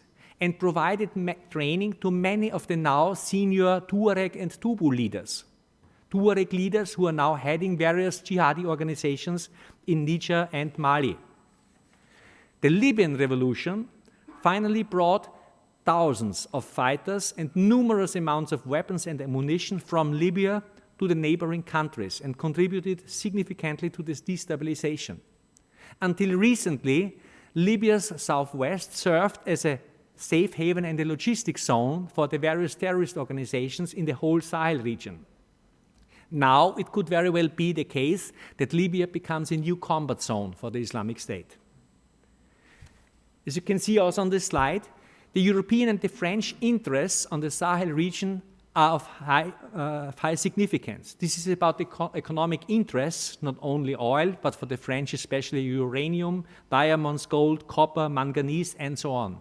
This is, of course, about migration, and this is about terrorism. The current situation is that terrorist attacks succeed, and they face an increasingly poor performance of governmental forces throughout the whole region. There are military coups in Mali, recently Burkina Faso, in Guinea, and in Sudan. The Russian influence is increasing. Altogether, the situation in the region is going from bad to worse. There are, of course, various international stabilization efforts, including MINUSMA in Mali, which is paying a very high blood toll. There is the French Operation Barkhane, which is a tool for French strategic interests and needs to be seen in the light of domestic French policy, especially of the upcoming presidential elections. We see the future, but I'll come back to this.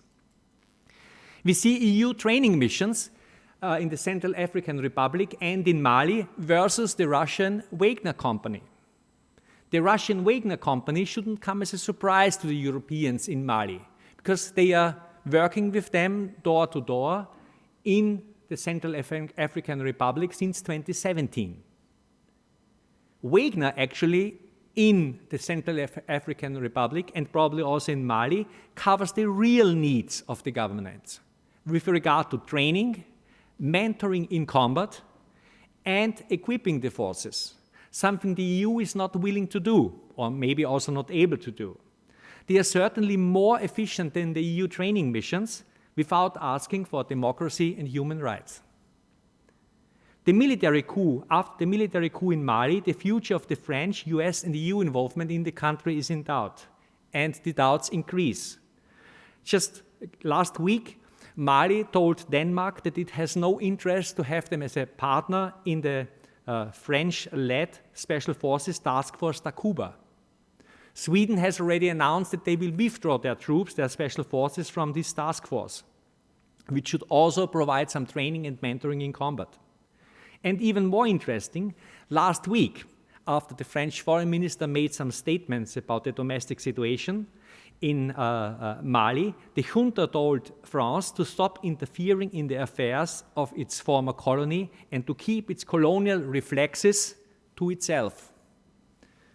The French defense minister, Florence Pally, said, France will leave Mali if the price of staying becomes too high. The answer of the junta was yesterday. They expelled the French ambassador and gave him 72 hours to leave the country. We'll see what this means for the future of Operation Barkhane. When elections are upcoming, I'm not sure that the French president can easily go away with this. And we will see what this means for the French engagement in the framework of the EU training mission in Mali. Finally, I would like to have a short look on the situation in Burkina Faso. Burkina Faso is of particular interest for Austria because it's a other Austrian Development Agency priority country. The country did quite good over the last years. Since 6 years ago, when I did a country risk analysis for major international cooperation, Burkina Faso was also reasonably stable. And the main risk which needed to be addressed were a spillover of the conflict in Mali and the tribal conflicts between cattle herders and farmers over land ownership. So altogether, the situation was not too bad with these two exemptions. And if you have a look on the red column, the figures for 2020-21 also do not look too bad. But a total neglect of the security forces did no good to the country. There is a lack of weapons, a lack of training, a lack of equipment, a lack of medical care, even a lack of fuel, uniforms, and at times in some remote areas, even a lack of food and water for the troops. The security situation deteriorated. Environmental degradation led to increasing tensions and fighting between cattle herders and farmers. A rebellion had been brewing in the army and among many civilians. A military coup took place just 2 weeks ago, on January 23. ECOWAS immediately suspended Burkina Faso, and last weekend also the African Union. The country is on the brink of total chaos. And this will be certainly exploited by the jihadists. And I would like to end my presentation with a provoking question. Are weak democracies really the right tool to stabilize a fragile region?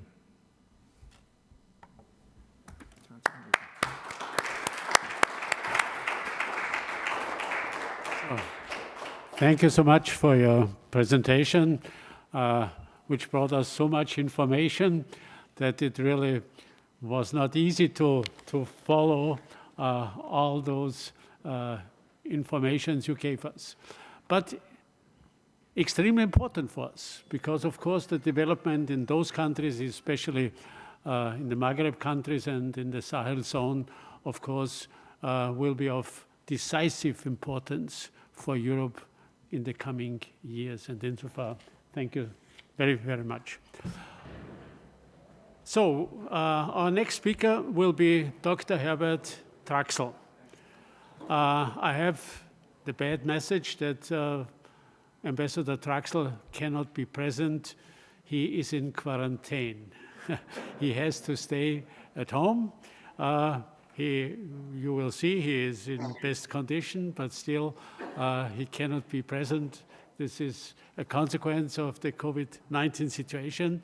But he will be very lively at the screens, and you can follow him. Of course, it is a pleasure just to say a few words also about his career. He graduated in Vienna at law school, and then he also went to Johns Hopkins University, Bologna, started his career, and certainly this was one of the most impressive and successful diplomatic careers, because he became, besides his activities in other places, Austrian ambassador in Ethiopia, also responsible for Djibouti, Yemen, Madagascar, and Mauritius. Afterwards, he became Austrian ambassador in Iran. After this, and also some activities in the ministry, he became Austria's ambassador in India, also co-accredited in Bangladesh, Bhutan, the Maldives, Nepal, and Sri Lanka. But this was not the end of the career. Then he became also Austria's ambassador to Thailand, co-accredited to Cambodia, Laos, and Myanmar. So far, you can be sure that he has quite some experience in the Indo-Pacific area. And he still is lecturing here at the Diplomatic Academy and at other places, and he's a senior advisor also for AIES.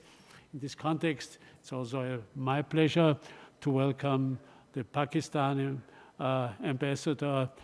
He's present, okay. Unfortunately, you cannot meet Ambassador Traxl today, but you certainly will have sometime the opportunity to do so. So, and now, welcome, Herbert Traxl. We are looking forward to your presentation, and please, the stage is yours. Werner, thanks a lot. Let me first, is the sound okay? Yeah, sound is okay, fine. With this strange kind of modern implements, older people like myself are a little bit unfamiliar sometimes. So thank you very much for the kind introduction. I just came back after a couple of months in India, only barely a week ago, and lo and behold, I was caught by the famous virus and sitting at home at the moment and hoping to get out of that. I'm coming back from an India, which at the moment is in a mellow mood. Their anniversary, there's the anniversary of 75 years of independence. There's the anniversary of the 75 years of partition of the subcontinent into India and Pakistan. This year will bring a lot of memories and a lot of recollections and I hope also reflections about how things are going. The last 12 months, I think I spoke to you last year, that had been not very easy. Title 1, COVID pandemic. Title 2, the tense situation in India and China has not been resolved. Now, I'll have to go a few words into domestic issues, because at the end, the weight of India, and I've seen the development of India through my career since the last more than 45 years, is dominated by a democratic stability, hopefully, by economic upturn, and by India being a nuclear power. So some words, because this determines the position of India today and will determine the position of India in the future. Point 1, domestically, center of central administration, the dominant position of the Prime Minister Narendra Modi is very much given, even though that his party and also despite his personal involvement sometimes, had suffered a certain amount of setbacks in local elections. But domestically in the center, no competition for Modi and his position seems to be on the horizon. One caution one always have to do, one of the most dangerous things for anybody and for a diplomat is to make a forecast which might turn out very shortly afterwards is completely wrong. The next elections are in 2 years, and 2 years, as you all know, in politics is a long time. Much can happen in 2 years. But let me come back. Center, Modi, clearly, opposition, not yet very much united. One gauge, one indication will be in the next few months. There are 5 local elections coming up. Now, to determine what local means in the case of India, one of them is the state election Uttar Pradesh, and Uttar Pradesh has only 220 million inhabitants. So I would say it's a thing from a certain weight politically. The other ones, even small ones, give a politically important issue. Everybody looks always to Goa. Goa is small, just a few millions, but Goa has a certain political thing. So we will see how the government party, the Bharatiya Janata Party, BJP, will be doing in those elections. They had won 4 of those states up to now. Will they keep that or not? We will see how the opposition, in particular the still largest opposition party, the Congress party, is going to do. Forecasts, as I said before, are dangerous. And so I'll just limit myself to say I'm waiting also for the 10th of March, because 10th of March, the results of those 5 elections will be made public, and it will give a direction for Indian politics for the coming years. Another big issue is COVID. COVID, in the beginning, one had the impression in 2020 that India got well through that, so that in the beginning of 2021, statements were made by leading politicians: we have won the war against COVID, pandemic, etc. And then India was badly hit in early summer by in their case, they called it the second wave. Some of you might remember the television pictures of those times. You had an enormous number of victims, mortalities. The official figure is 480,000 plus. The unofficial estimates go exponentially higher in that case. It hit the country. I'll come to in one moment also to economically. It hit the human misery, the quantity of that. It hit the emotion of the country. Even so, actually, I found India came out relatively fast out of that. The Omicron variant, which at the moment is again hitting high numbers but low in intensity. Still, it has an enormous impact on the country. One word to vaccination. I might remember India is 1.4 billion people. About 1.3 plus billion vaccinations have been given to the people. Mathematics are fairly easy to say that the vaccination rate is maximum around 50%. The efforts are being done, but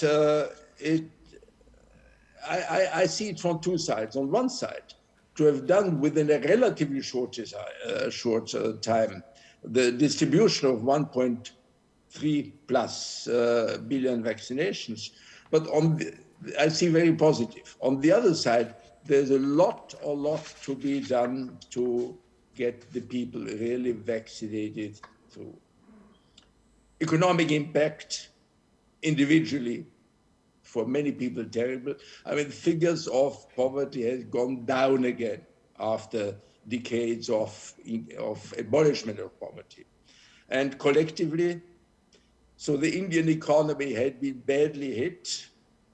The Indian economy, which had already at the outset of the COVID thing in early 2020, been not in very good shape.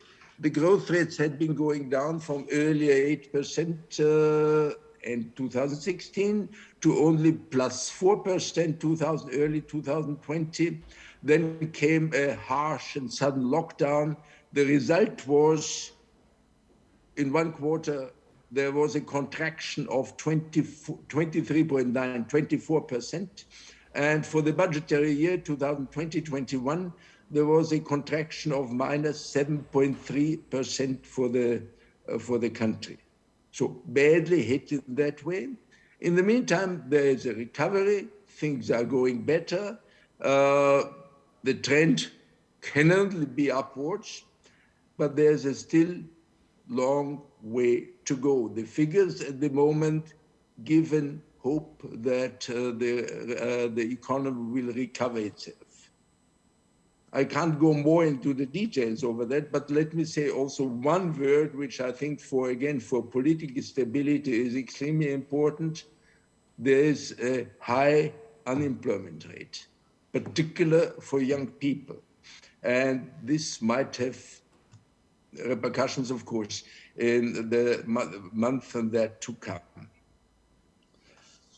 Now, turning to the international security picture in South Asia, the focus is on the rise of China and the Chinese-Indian relationship.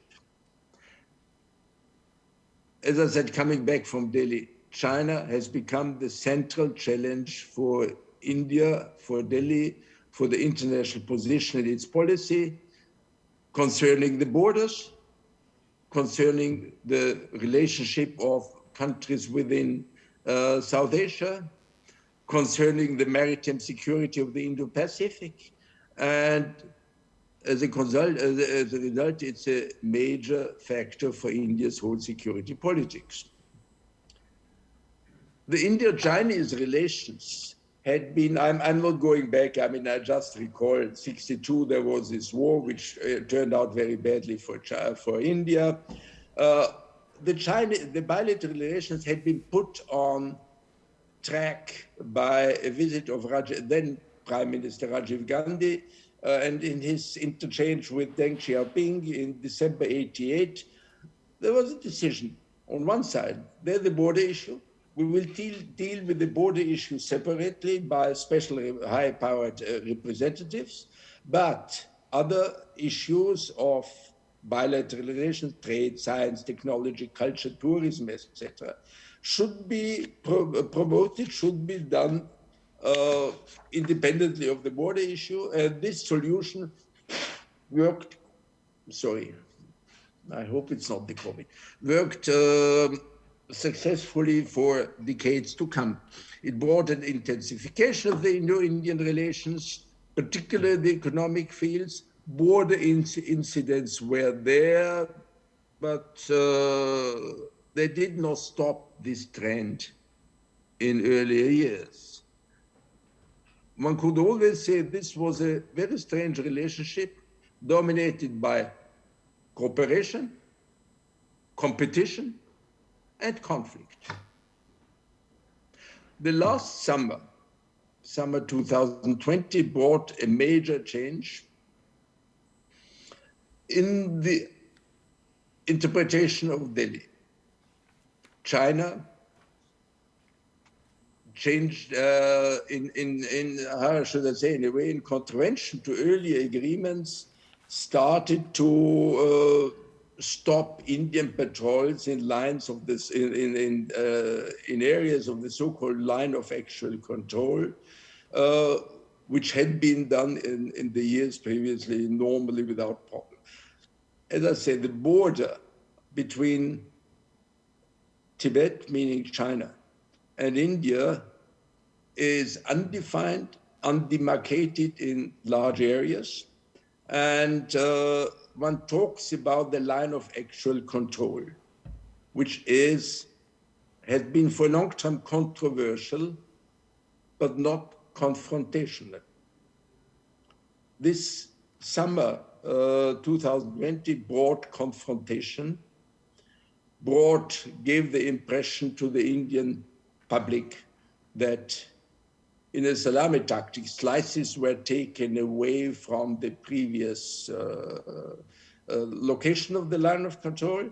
And it brought, and this had a particular strong impact, one particular incident, a clash between Chinese and Indian troops at one particular area of this line of control in the western part, in the province of Ladakh, the Galwan Valley, where 20 Indian soldiers, also one senior officer, were killed.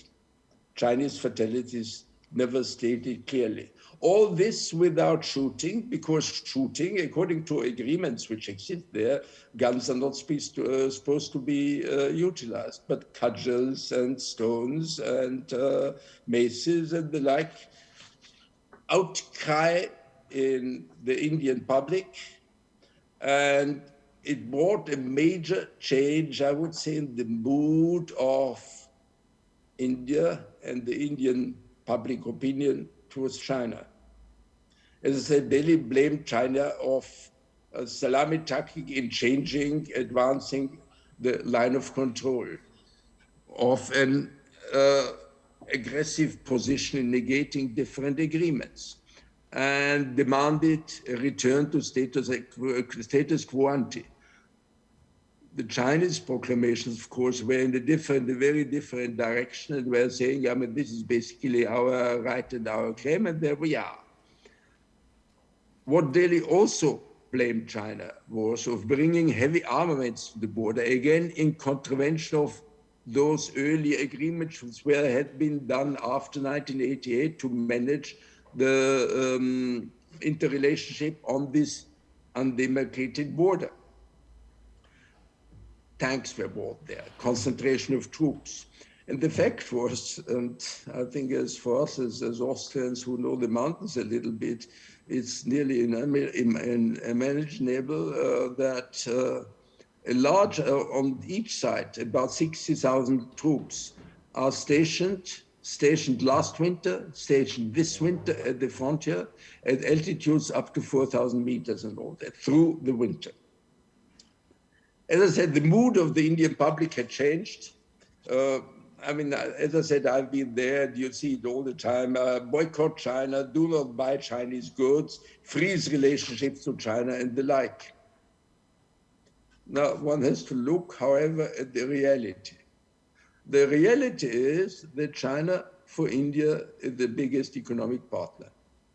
The reality is that in 2021, the bilateral trade has reached record heights after the incident in Galwan Valley and all that. And the Indian deficit had got larger. The Chinese exports to India increased more than the Indian exports to China increased on their side.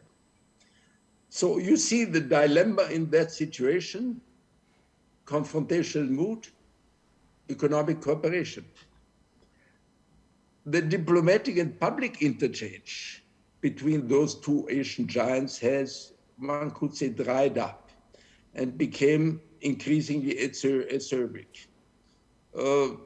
Before 2020, Xi Jinping had been the global leader whom the Indian Prime Minister Modi had met the highest number of meetings at that one. Since this crisis, they have not spoken to each other, at least to public knowledge. And this silence is very loud, because it says about something. To summarize this point, India sees itself confronted with an aggressive China, creates fait accompli at the border in the Himalaya from day to day. With the China economically and militarily superior to India, the asymmetry is getting larger. With China in close alignment with India's old opponent, Pakistan, and with an India which is in a tight and growing economic relationship with China, structured to the disadvantage of India.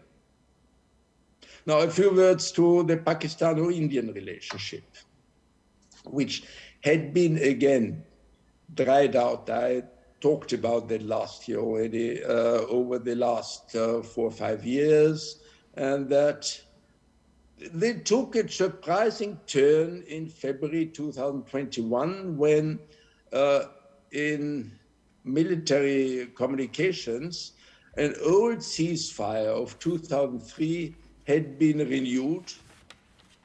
In the meantime, you had artillery exchanges off and on. Unfortunately, more on than off. And this ceasefire of 2003, as I said, was renewed. This gave a glimmer of hope, which unfortunately did not materialize further, at least publicly. And you still had the old, how shall I say, slogans from the Indian side: terror and dialogue don't go together, versus from the Pakistani side, change the Jammu and Kashmir of 2019 have to be undone before we can go into a serious discussion again. There was a short remark on Jammu and Kashmir. I'm not going into the details of the changes on the Indian side, and that terror has not stopped. And India claims all the time that terrorists are on the border and crossing the border. One thing which created a certain amount of interest was the issuance of a national security policy in Islamabad in mid-January, which gave a certain amount of hope. This national security policy, at the end, when a part of it was published in mid-January, as I said, did not bring many new elements in the interpretation of the Indian commentator, nothing new. One should not forget more than half of the document is confidential. So the question is, what is there? What it brought and what was noted with concern in Delhi was that the closeness of Pakistan to China has been emphasized, while the relationship to the old partner, support of earlier years to the USA, found only very short notice in that way. So for Indian strategic thinking, the fear of a two-front conflict, India-Pakistan, of a two-front conflict of India versus China-Pakistan, it looms always in the background of strategic considerations. One has to calculate with that. So all this brought for Delhi the necessity for India for a closer engagement with other possible partners. The old concept of non-alignment is getting more and more the background. The newer slogans which were, the directions which were given were multi-alignment or strategic autonomy. What has happened in the last years, particularly in the years of the Modi government, is an increasing closeness of India to the USA, which, as I said, came more pronounced in the Modi years. Agreements facilitating military interoperability, intelligence sharing, strengthen this strategic partnership. An old concept of what was called the quadrilateral security dialogue, the Quad, between US, Australia, Japan, and India. This concept was dug out. This concept was here, but it was reinforced and renewed by clearly the impression of the more proactive, aggressive Chinese policy. India is looking also for partnership in other directions. France, one of the powers in the Indian Ocean, never forget Réunion, Mayotte, Iceland in the southern, or that. Europe with its new concept of Indo-Pacific engagements. And typical for that were that now the French foreign minister, just a few days ago when he was in Delhi, invited the Indian Minister for Foreign Affairs, External Affairs to participate in an EU ministerial meeting on the Indo-Pacific. I see that I'm running out of time, so I have to just give you this, the headings. I mean, Indo-Pacific is another front for the future of the Indian-Chinese confrontation. India has a better strategic position with its bases in the Andamans, Nicobars, with its long coastline and with dominance of the Indian Ocean. I think I was told that I should slow down in my come towards an end. The point will be for Delhi, the dilemma will be how to, I have to mention briefly, I talked about the closeness to increasing to the USA. I have to recollect the old closeness to Russia, the old traditional partner for the last 15 more years, and Russia, the old partner also in military supplies, in military equipment, resulted that today 60 to 70% of the Indian military equipment are of Russian origin. At the same time, one watches with great concern the increasing closeness of Russia with China, not only political, but also in military equipment, in supply of military platforms, submarines, fighters. All this brings me, I have to come to the end, to one dilemma and challenge for South Asia and for India. Balance the different needs and constraints between in this changed international scenario, the growing closeness to Washington and other Western partners, Japan, Europe, the decade-old cooperation politically and militarily with Russia, a Russia, however, which is getting closer to India's opponent, China, and a Russia which is also now in a sharp confrontation with the West and especially the US. And tying to that, China in a power struggle with the US, and a China which has turned to be the primary concern of India today. All this dominates the choices. Where will it go? Partnerships, alliances with other powers in conflict, in this conflict with China, see US and Quad, where, however, will be the old cherished strategic independence, utilizing its own geographic disadvantage, in particular in the Indian Ocean, see Andamans, Nicobars, Quad, with the need of strengthening the military capabilities, and finally focusing to build up its own capacities, economic, militarily, which is a long-term venture. You cannot turn around such a tank within a very short time, and which will demand domestic political stability and a climate within the domestic politics of cooperation, despite all political controversies, and a common understanding of India's priorities in the world, this world of change and this world of competition. We will see how the next years are going. Okay, with that, I think I've overstayed my welcome. Thank you very much, and best wishes to everybody.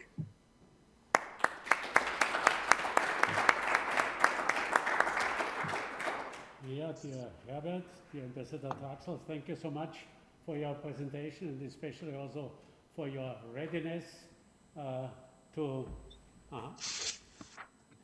thank you so much for your presentation and especially for your readiness to give your presentation in a situation other people probably would have renounced to make presentations. Thank you so much and all the best and especially good health. And now we go immediately because we are running out of time and I ask Professor Alfred Gerstl to come to us. He studied in Vienna and in Sydney and engaged himself all the time, also in his professional career, especially in Southeastern Asian affairs, became assistant professor in Vienna and then also in Olmütz, in St. Petersburg. He is lecturing at the Military Academy and the National Defense Academy, and he's currently the president of the Central European Institute of Asian Studies. Please, Alfred, go ahead. Time is running. Thank you very much, Werner. Thanks a lot to the audience also for your patience. I will try to wrap it up quickly because the advantage is I can build quite a lot on Ambassador Traxl. And well, let me start. I will provide you the first part of the presentation, Southeast Asia and the South China Sea.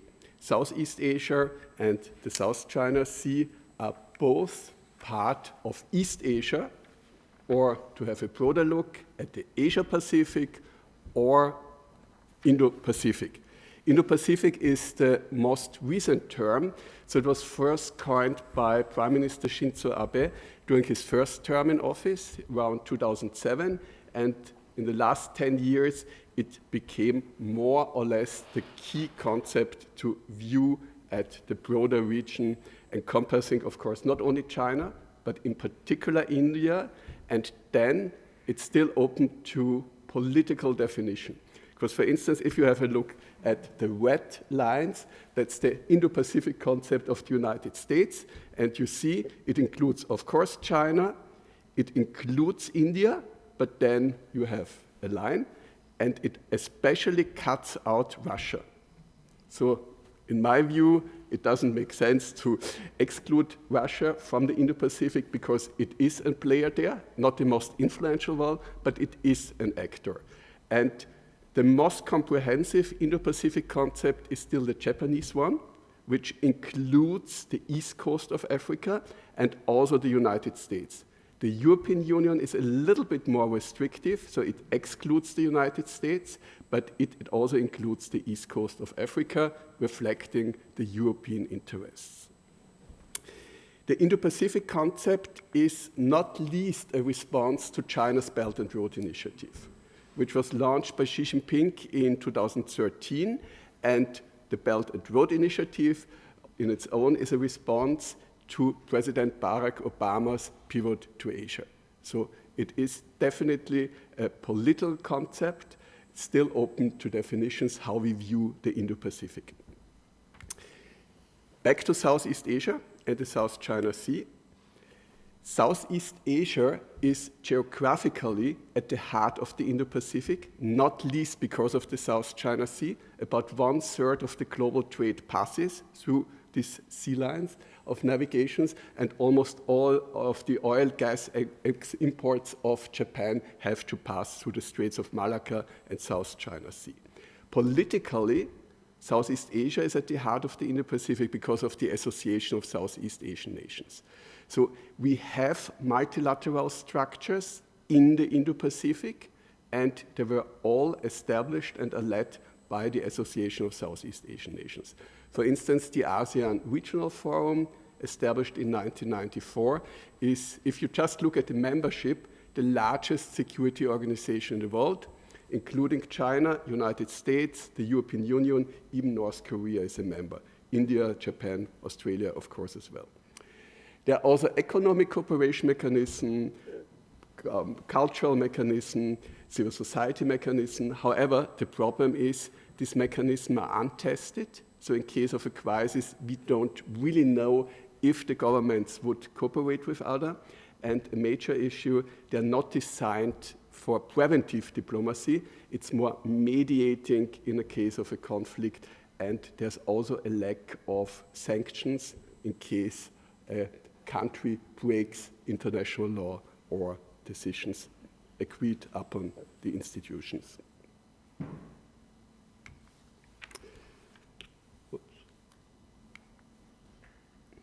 Did we lose the slides? Here it is. Oh, here it is, okay. So ASEAN, why is it in the center? Because after the end of the Cold War, in the early 90s, ASEAN managed to extend its influence beyond Southeast Asia. It included, first of all, Japan, China, India, Australia, later on also United States and the European Union. So it was a kind of ASEANization of first East Asia and later on about the Indo-Pacific. So we do speak about the ASEAN regional centrality in the whole Indo-Pacific.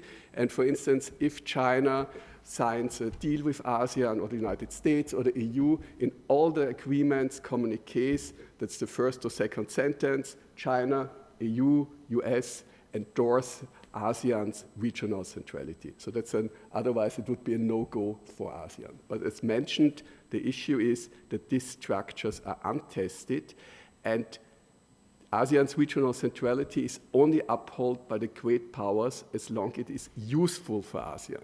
So right now, we have a kind of balance of power between China and the United States, and therefore ASEAN is useful for them as a negotiation partner, trying to involve them to balance the influence of the other great power. But the fear in the Indo-Pacific region, and especially in Southeast Asia, is of course that if one of the two great powers becomes too strong, there might be no use for ASEAN anymore. And this is quite a realistic scenario. Therefore, if we look at the Indo-Pacific, and now in particular on Southeast Asia, most of the small and middle powers in Southeast Asia. And there we have small nations like Singapore with 6 million inhabitants, but we also have Indonesia with about 270 million inhabitants, so quite a big country, or also Vietnam, which we visit quite regularly. They regard themselves as small or weak powers. Of course, the standard of comparison is always China, and in regard to China, all nations except India are of course small ones. Their main strategic aim is to avoid to being forced to choose between China and the United States. So they want to keep and maintain their strategic autonomy, and for this they pursue a so-called hedging strategy. It's a kind of insurance strategy. It's also very opportunistic, to be honest with you, because economically, usually they cooperate very closely with China, but also with the US, with Japan, the EU, or other nations, whereas in regard to security affairs, the United States are the key partner. But again, you have Japan, you have South Korea, Australia, India, European Union members who also contribute to the security cooperation. So it is both sides, both the United States and China are closely engaged by the governments. So the aim is really to be not forced to choose side with one of the governments. This, of course, is only possible as long as there's a kind of balance of power in the Indo-Pacific region. ASEAN, of course, is also a means for the Southeast Asian nations to promote their influence.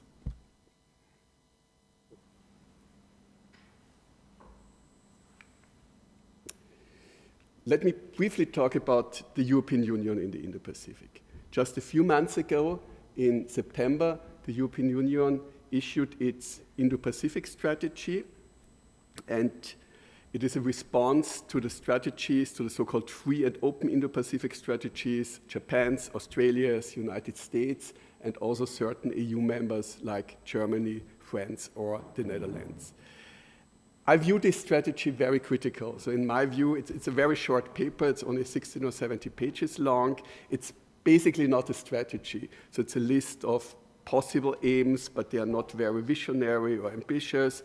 And in particular, there's a lack of ambition or lack of means how to implement this strategy, especially if you compare this strategy to the China strategy of 2019, which is much more outspoken, much more critical of China. So in this strategy, the EU wants to promote its influence, interests in the Indo-Pacific, and wants to contribute to upholding a multilateral, inclusive, rules-based, and ASEAN-centered order. Another key dimension of this strategy is the strong promotion of human rights and democracy. So that's really very interesting to read. Of course, also economic means are expressed. The issue now is that the European Union is an economic superpower. It has huge economic influence in the Indo-Pacific region. So for most countries, it's among the top trade partners or the top investors. However, this economic influence does not translate into real political influence. So the key reason, of course, is a lack of hard power capabilities. So the way for the EU to go, according to the own ideas, is utilizing its soft power, again, economic means, also development assistance, technical support, for instance, for ASEAN or for regional cooperation in general, and most recently, also via cooperation in infrastructure and connectivity. So here an initiative that has been singled out is the Global Gateway Initiative, which should be funded by about 350 billion euro, which sounds quite a lot. However, the Global Gateway Initiative, in fact, consists of already existing initiatives, like the Europe-Asia Connectivity Initiative, other smaller ones, so it's not only fresh money, but for the EU, it might be at least an attempt to counter China's Belt and Road Initiative. Also, and this is realistically, the EU has singled out ASEAN as the go-through actor, so it supports ASEAN mechanism, because otherwise it would be very difficult for the EU to come into play, into the game in Southeast Asia and the Indo-Pacific in general. But to conclude this slide on the European Union, in my view, at least in the near and midterm future, the European Union will only be a niche player, despite its strong economic power, but without the military capacities to back up its position, it's very difficult to play a stronger role. And a case study where we can see this lack of hard power and influence of the European Union is the South China Sea. So I will provide you a brief outline about the dispute. We could really talk about hours, but don't worry, it will be just a few minutes. South China Sea is one of the hotspots in the Indo-Pacific, so not only in Southeast Asia. It's an economic risk, it's a security risk, and it's also, as long as it's unresolved, it's a main obstacle for the lack of closer relations with China. It is a historic conflict, it's a legal conflict, it's a political conflict, it's a security conflict. Just briefly, the dispute is about sovereignty and also territorial possessions. So China, but also Taiwan, claim about 80% of the territory of the South China Sea, based mostly on so-called historic rights. And this claim is highly contested and was rebuked by the Permanent Court of Arbitration in 2016. And according to the Permanent Court of Arbitration, China's so-called 9-dash line is not in line with the United Nations Convention of the Law of the Sea and is therefore illegally and is legally void. Some highlights, and then I'll give the word to my colleague Klaus Scholik. In the last years, or let's say since 2008, 2019, China acts more assertive towards the other claimant nations. That's mostly Vietnam, the Philippines, but also Malaysia and Brunei. It has started to build so-called artificial islands. However, the problem that we do have is it is not fully clear what China really claims in the South China Sea. So is it full sovereignty, or is it just a kind of certain control rights that, or that it wants to restrict freedom of navigation, freedom of trade?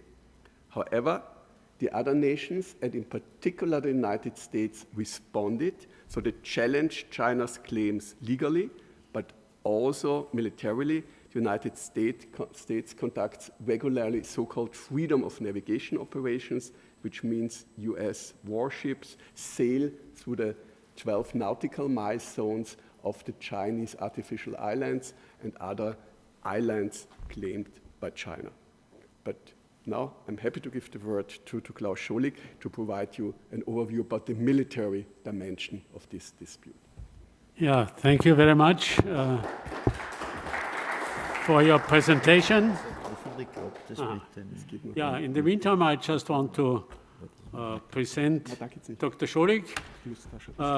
He studied at the University of Vienna, where he also reached his doctor grade in philosophy. He worked many, many years in different management positions in international trade. He has become an officer, militia officer, and also was deployed at EUFOR in Northern Macedonia.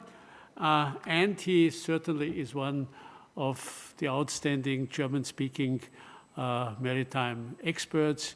He is the editor and also not only the editor, but the brain behind it, the only maritime handbook in German language. Okay, the floor is yours. Dr. Scholik, he is also a board member of AIES. Thank you, Werner. Good afternoon. After Alfred's introduction, politically, you have a pretty good picture about this so-called hotspot South China Sea. Now, in fact, I have added in the title to the hotspot South China Sea a plus. Why did I do that? Because we are now entering in a discussion where hotspot is not only regional or let's say a little going out of regional importance. This hotspot is in fact of global importance because we handle and we deal here with the fight or with the struggle for global leadership between the United States and China. Therefore, this hotspot is a global hotspot, not only a regional one. The institutions and the area where this hotspot happens covers all these countries. And you see, this is of major importance. However, we will here concentrate only, and the time is very short, I know, we will only concentrate on one major aspect of the struggle for global leadership between the United States and China, and this happens on the naval level.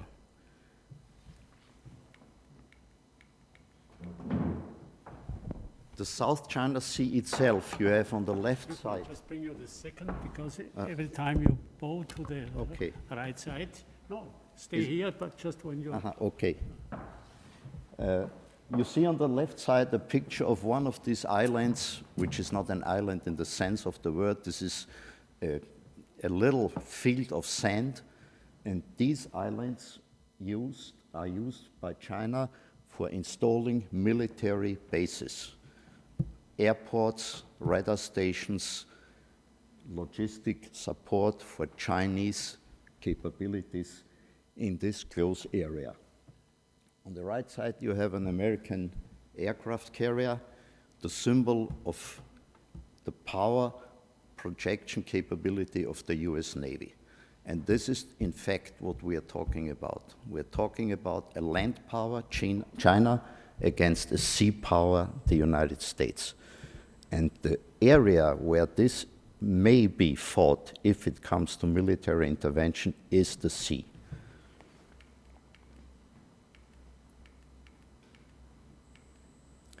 Every country which struggles for big power has to have a grand strategy.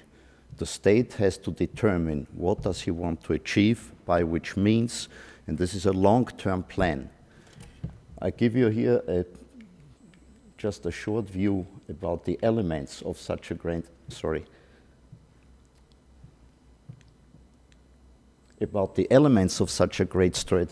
strategy, and the important point is sea power, which you see on the bottom, with the old 70, 80, 90 rule. What is the 70, 80, 90? Can you step to the left, because any time you turn... Okay, now it's good? Okay. Every time, the 70, 80, 90 rule says that 70% of the earth is covered by water. 80% of world trade is done by the sea. And 90% of all the population of the earth lives in a band which goes on all the coastal lines of the world 100 kilometers deep. So you can, and you will agree with me, that the potential of a fight for global power is in fact a fight about the domination of sea. And otherwise said, you have to have, if you want to dominate, the so-called projection power, which means that you can send military or economic trade on every point of the world, of the global seas, and that you can cover it with your own military means. That's the very important point. Now, if we compare now, the capabilities are such that the United States are actually the unmatched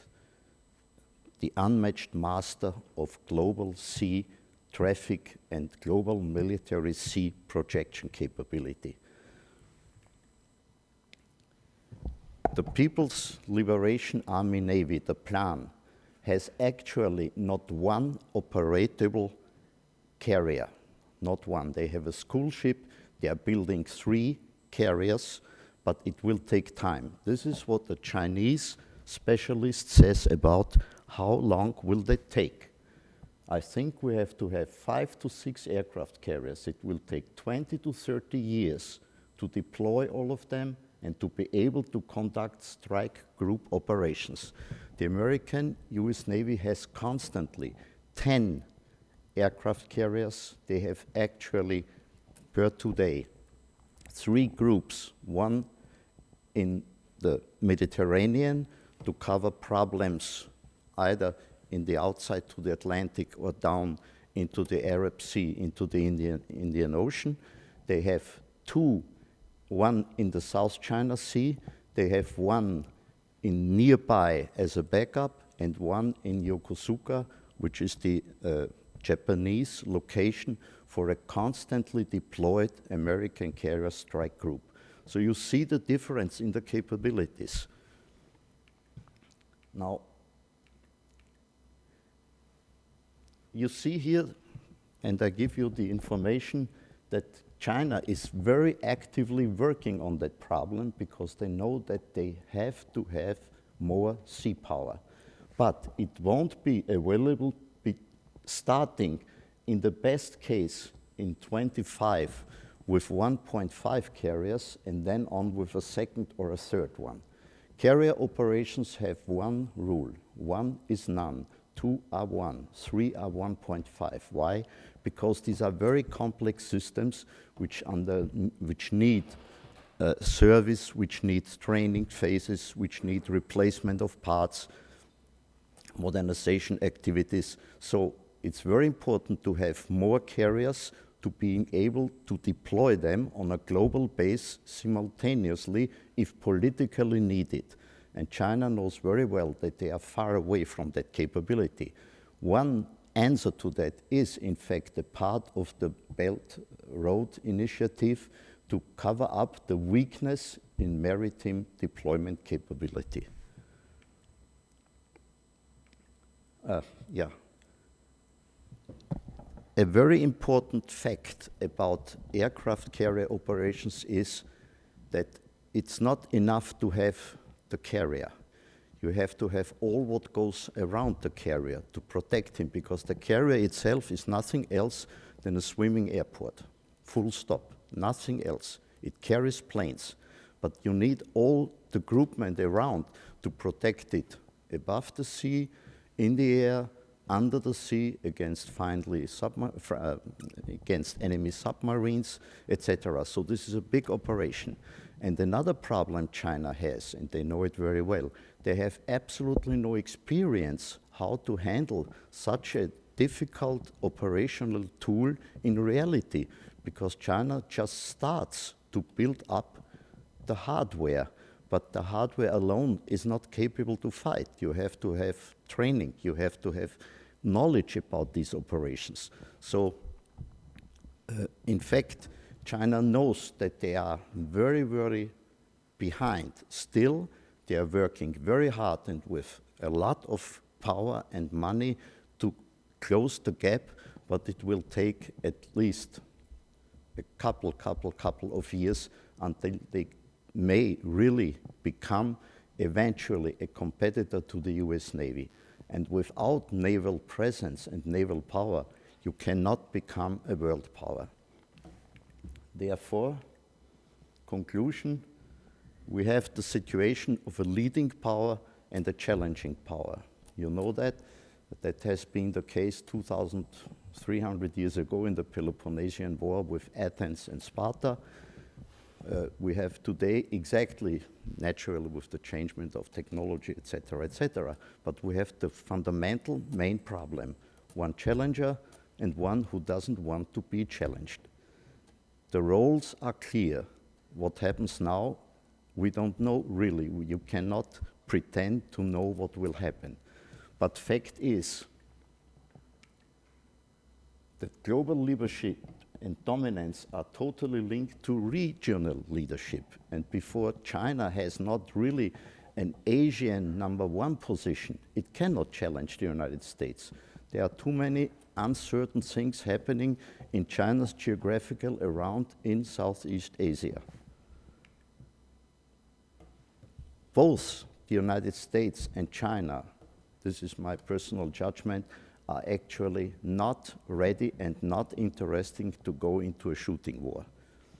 But one subject remains difficult, this is Taiwan.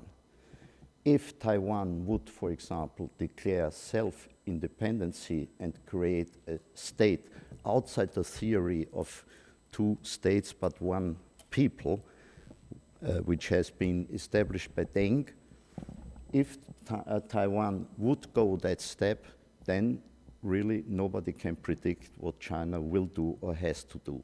But besides that problem, I think that both are absolutely convinced to claim their interests, but not to go really into a warlike confrontation. It can be, this game can be played cool or hot, and I think it's cool, and it will stay for at least so many years until China can hope or offer something on the level of naval capabilities. Thank you. Thank you so much. Thank you so much for this excellent presentation. And I immediately go further on to our last speaker. This is Colonel Ralph Thiele. Ralph Thiele studied business administration in Munich. He became a member of the planning and policy staff of the German Minister of Defense, commander of the Bundeswehr Transformation Center. Afterwards, he became the chief of staff of the NATO Defense College in Rome, and he also is a lecturer at many places. At the moment, he is CEO of StratByrd Consulting Company in Germany. He's the chairman of the Berlin-based Political Military Society and president of EuroDefense Germany. Ralf Thiele did not have the chance to join us personally, but he will present it by digitality. So far, please, Ralf, if you just go ahead, the stage is yours. Thank you very much, Werner. You can hear me well? Ja, sehr gut. Danke. Wonderful. So space competition, in principle, an update. So I refrain myself from repeating stuff I mentioned a year ago. I'm very happy to be here again with you. And what I'm talking about our heading in space, where we're going to, about threats and how we're supposed to meet the challenges as they are coming up. Talking about geopolitical competition, perhaps in my understanding, it's not just the US, which I say the present world champion struggling to stay the world champion. We have a very eager China to be even militarily superior by the mid of the century, and who plays in the business world with several technologies and markets where it strives by the end of this decade to be world champion. So we have a pretty eager competitor. And then, of course, I do hope Europe is also left among others, competing at least for prosperity and, of course, for security. So there are plenty of players around with these two up in front. And looking now at space and the trends, we find that this global geopolitical competition has clearly entered space. We have commercial mega constellations coming up where these actors may become very worrisome to governments, to include us in Europe. We have see disruptive technologies, plenty of them playing also up to space and enabling new business models and new security threats and opportunities. We have with MEOs, LEOs, and CubeSats technologies in lower and medium Earth orbits that offer unmeasurable opportunities. In fact, we have an exploding access to space, while these big nations dominated in the past. SpaceX, Amazon, others are really getting big at it, and many smaller nations such as Iran or North Korea also play their role. India, we just discussed India in the past briefings. Because of all of that, when you look at all the issues that are dealing with space, also business issues, most of our critical infrastructures depend on space issues: energy, transport, communication. We have finance, climate, of course, public administration. This relevance for our lives, for our economy, for our business, and of course for our armed forces is growing. And while everybody is pointing at that we need to keep space peaceful, in principle, we see maneuver warfare coming up as an issue. I just want to point out this difference between lip services and practical action.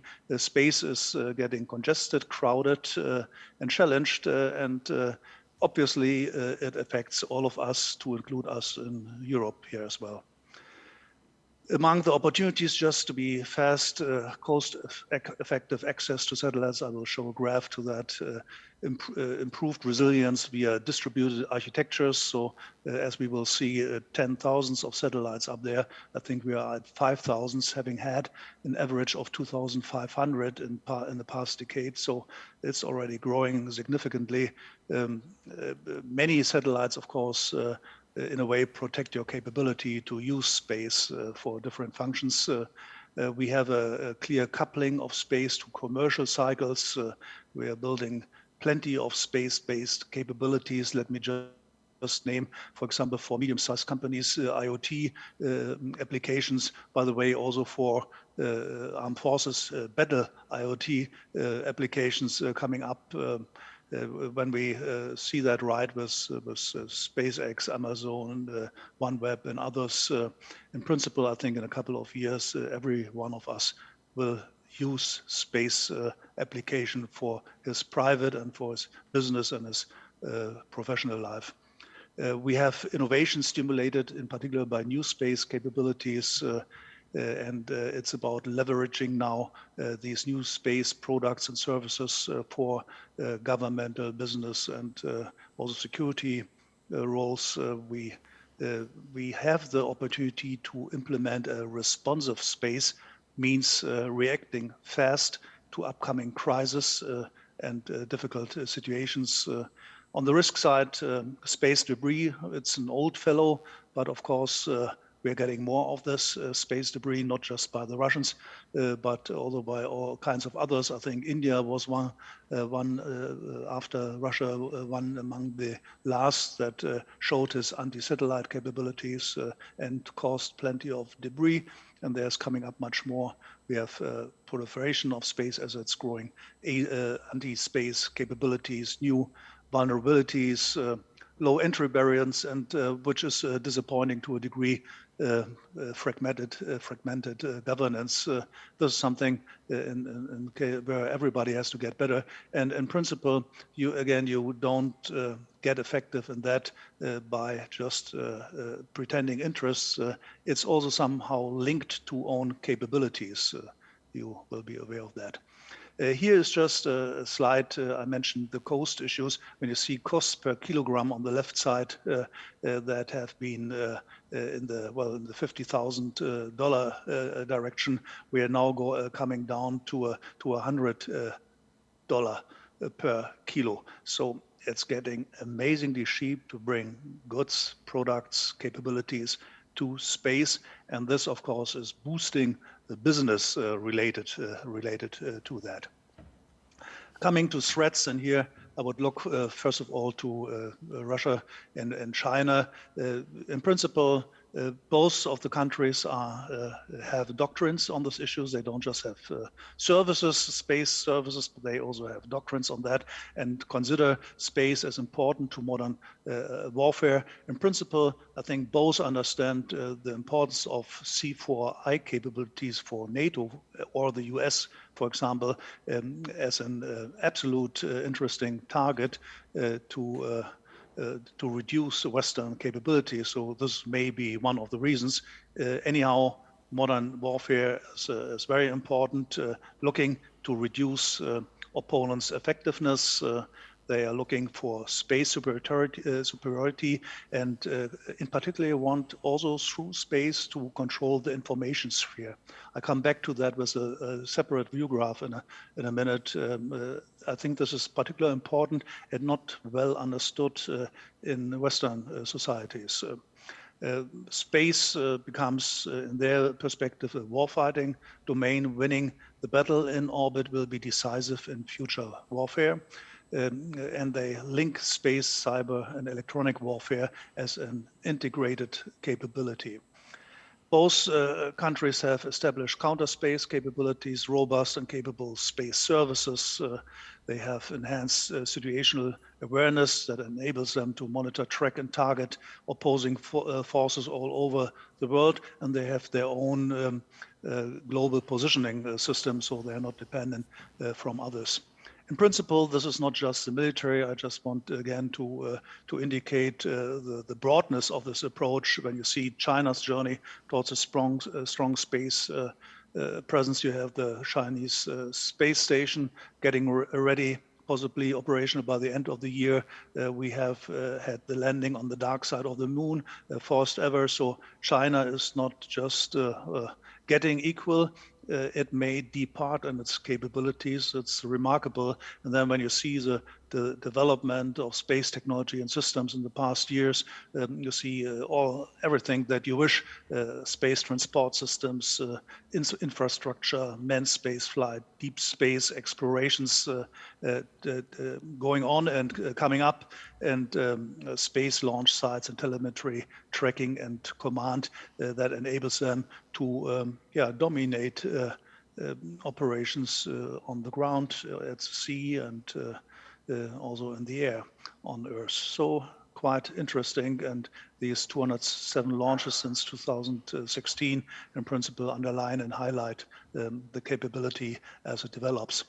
One thing that is of particular concern, as it is a kind of world championship that they have achieved, and in fact I recall that this week the US Defense Minister will meet its top industrial CEOs to discuss how together they can better match this departing Chinese capabilities, for example, in quantum technologies, but also in hypersonic technologies.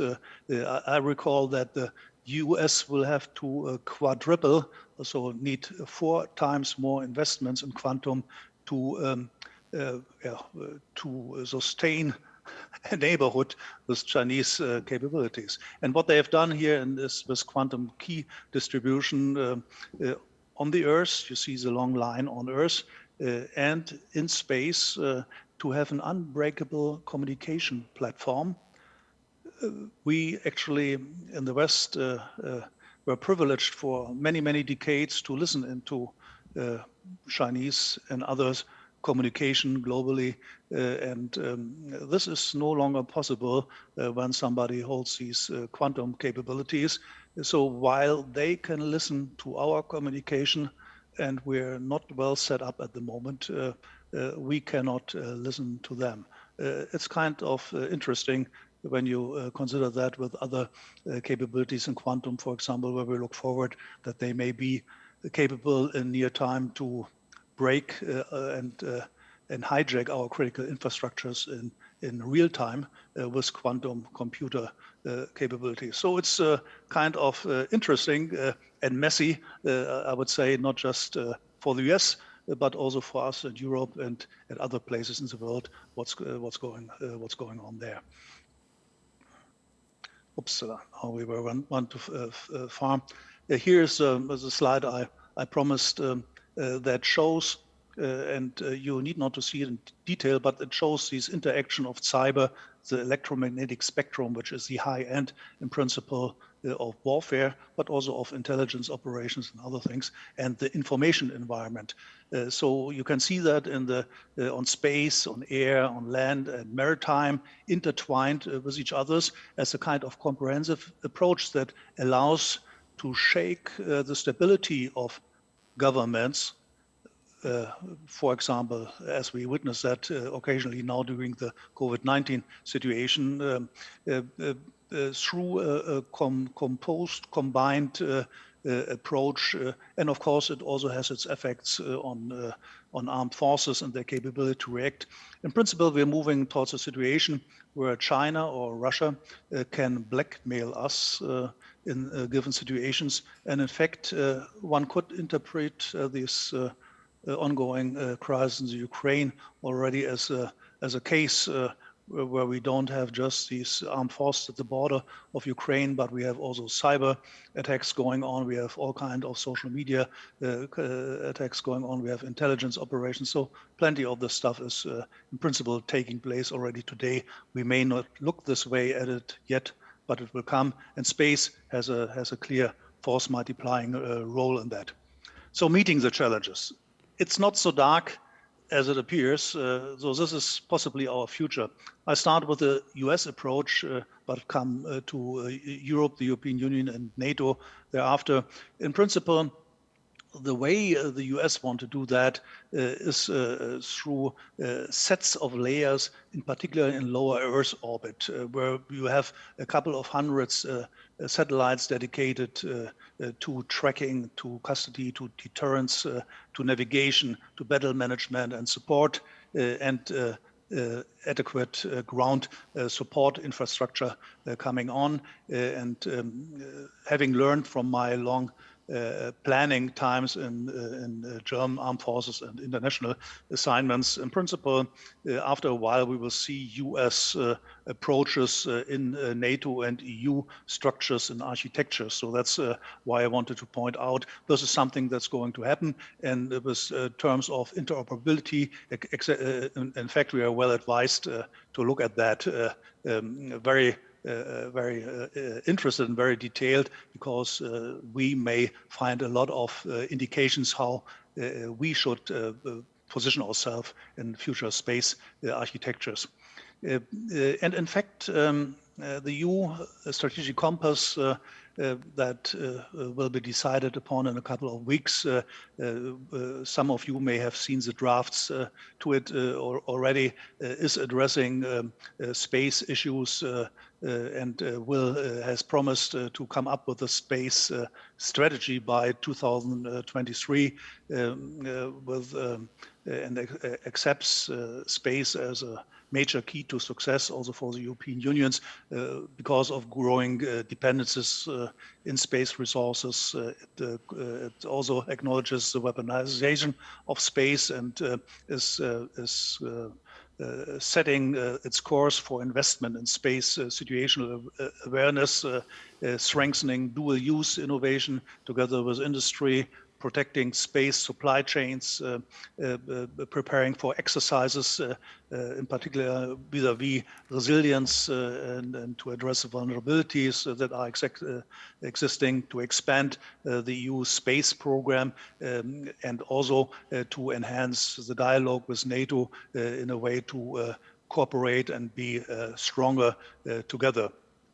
In fact, I'm participating in a couple of studies for NATO as well for the European Union right now that is trying to leverage the innovation capabilities of European new space. And when you read into what the intents are of the European Union, it's promising that we may get on track, let me put it this way. So we are looking for global satellite communication coverage that is increasingly handled as a strategic infrastructure. We want to secure the connectivity for the European Union. We want strategic autonomy and new industrial alliances. We want to establish the EU space-based global secure connectivity project. And in fact, I think this is by fall this year that these architectural considerations will be presented and then decided. And we should see pretty soon thereafter the coming up, the building of real capabilities. So this is, I think it's kind of good news. The overall approach is to complete the EU space capacity along with Galileo and Copernicus capabilities to also address the quantum technology issue that I just showed that the Chinese have. I mentioned it last year, actually Austrian technology bought by China, not stolen this time. Often it's stolen, but this time it was bought from Austria. And as I learned, Switzerland is involved as well. Anyhow, so Europe is now going to get its act together to come up with own capabilities, and that it is in support of this GovSatcom approach, which aims to multiply military and security capabilities through to business and approaches. It means we take advantage of our industrial capabilities in the space sector so that we don't have to finance all through defense programs and build synergies with the EU space program as it components as they exist. NATO, a couple of days ago, also announced a new space policy that's laying out 4 key roles for NATO space. In principle, it appears a little bit shy because it has not too much own ambition, yet it builds on its members' capabilities, which are strong clearly in the US, of course, but also UK is a strong performer. France, it's obviously marching on. So there are some capabilities there. And when you look at new space, and I mentioned that last year, I would consider also Austria to become a player in that, because in this new space, there's place for all of us. It's an area for all these new and disruptive technologies that affect our whole prosperity issues. So from there, there is a place in that. NATO's focus right now is integrate space into NATO's core task, serve as a forum for political military consultations and information sharing, ensure that the nations in their planning, in their individual planning, provide space support and effects to the alliance operations, missions, and other activities.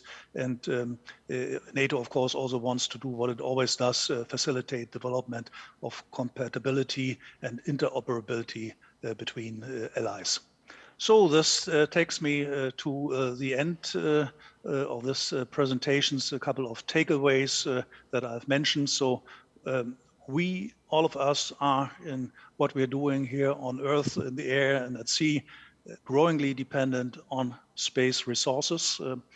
Obviously, innovation, there's a huge innovation stimulus by new space that completely will alter our relationship to space, or possibilities in space, and also, of course, risks in space.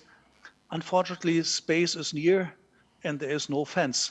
So this is also an area where terrorists can operate, or private business can operate in our favor or against us. It's getting increasingly congested in space. The governance is not good. And maneuver warfare is coming up with space, cyber, space, and electronic warfare as integrated capabilities. Thank you very much for listening. Thank you for the invitation. This concludes my briefing. Yeah.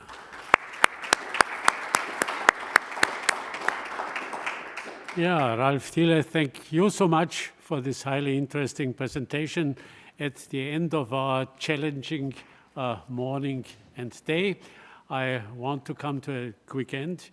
It really was challenging, so I want to thank all our presenters for the excellent presentations, and also the audience for being not only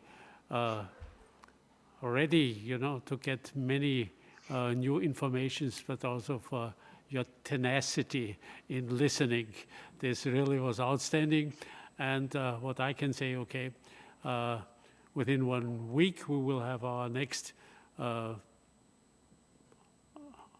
online presentation, an AIES talk. It will be on Tuesday, the 8th of February at 4 p.m. with the former long-time Foreign Minister of Ukraine, who is now also the permanent representative of Ukraine at the Council of Europe, Boris Tarasyuk, and I'm sure that it will be quite interesting also to listen to him, his Ukrainian point of view and positions. Thank you very much for the way you did follow. Thank you so much for your interest. I think this session made it clear. Security policy is very complex, and it has a huge volume. Insofar, it's worthwhile, to get deeper into it and to get the necessary information. Thank you very much, and all the best for next time.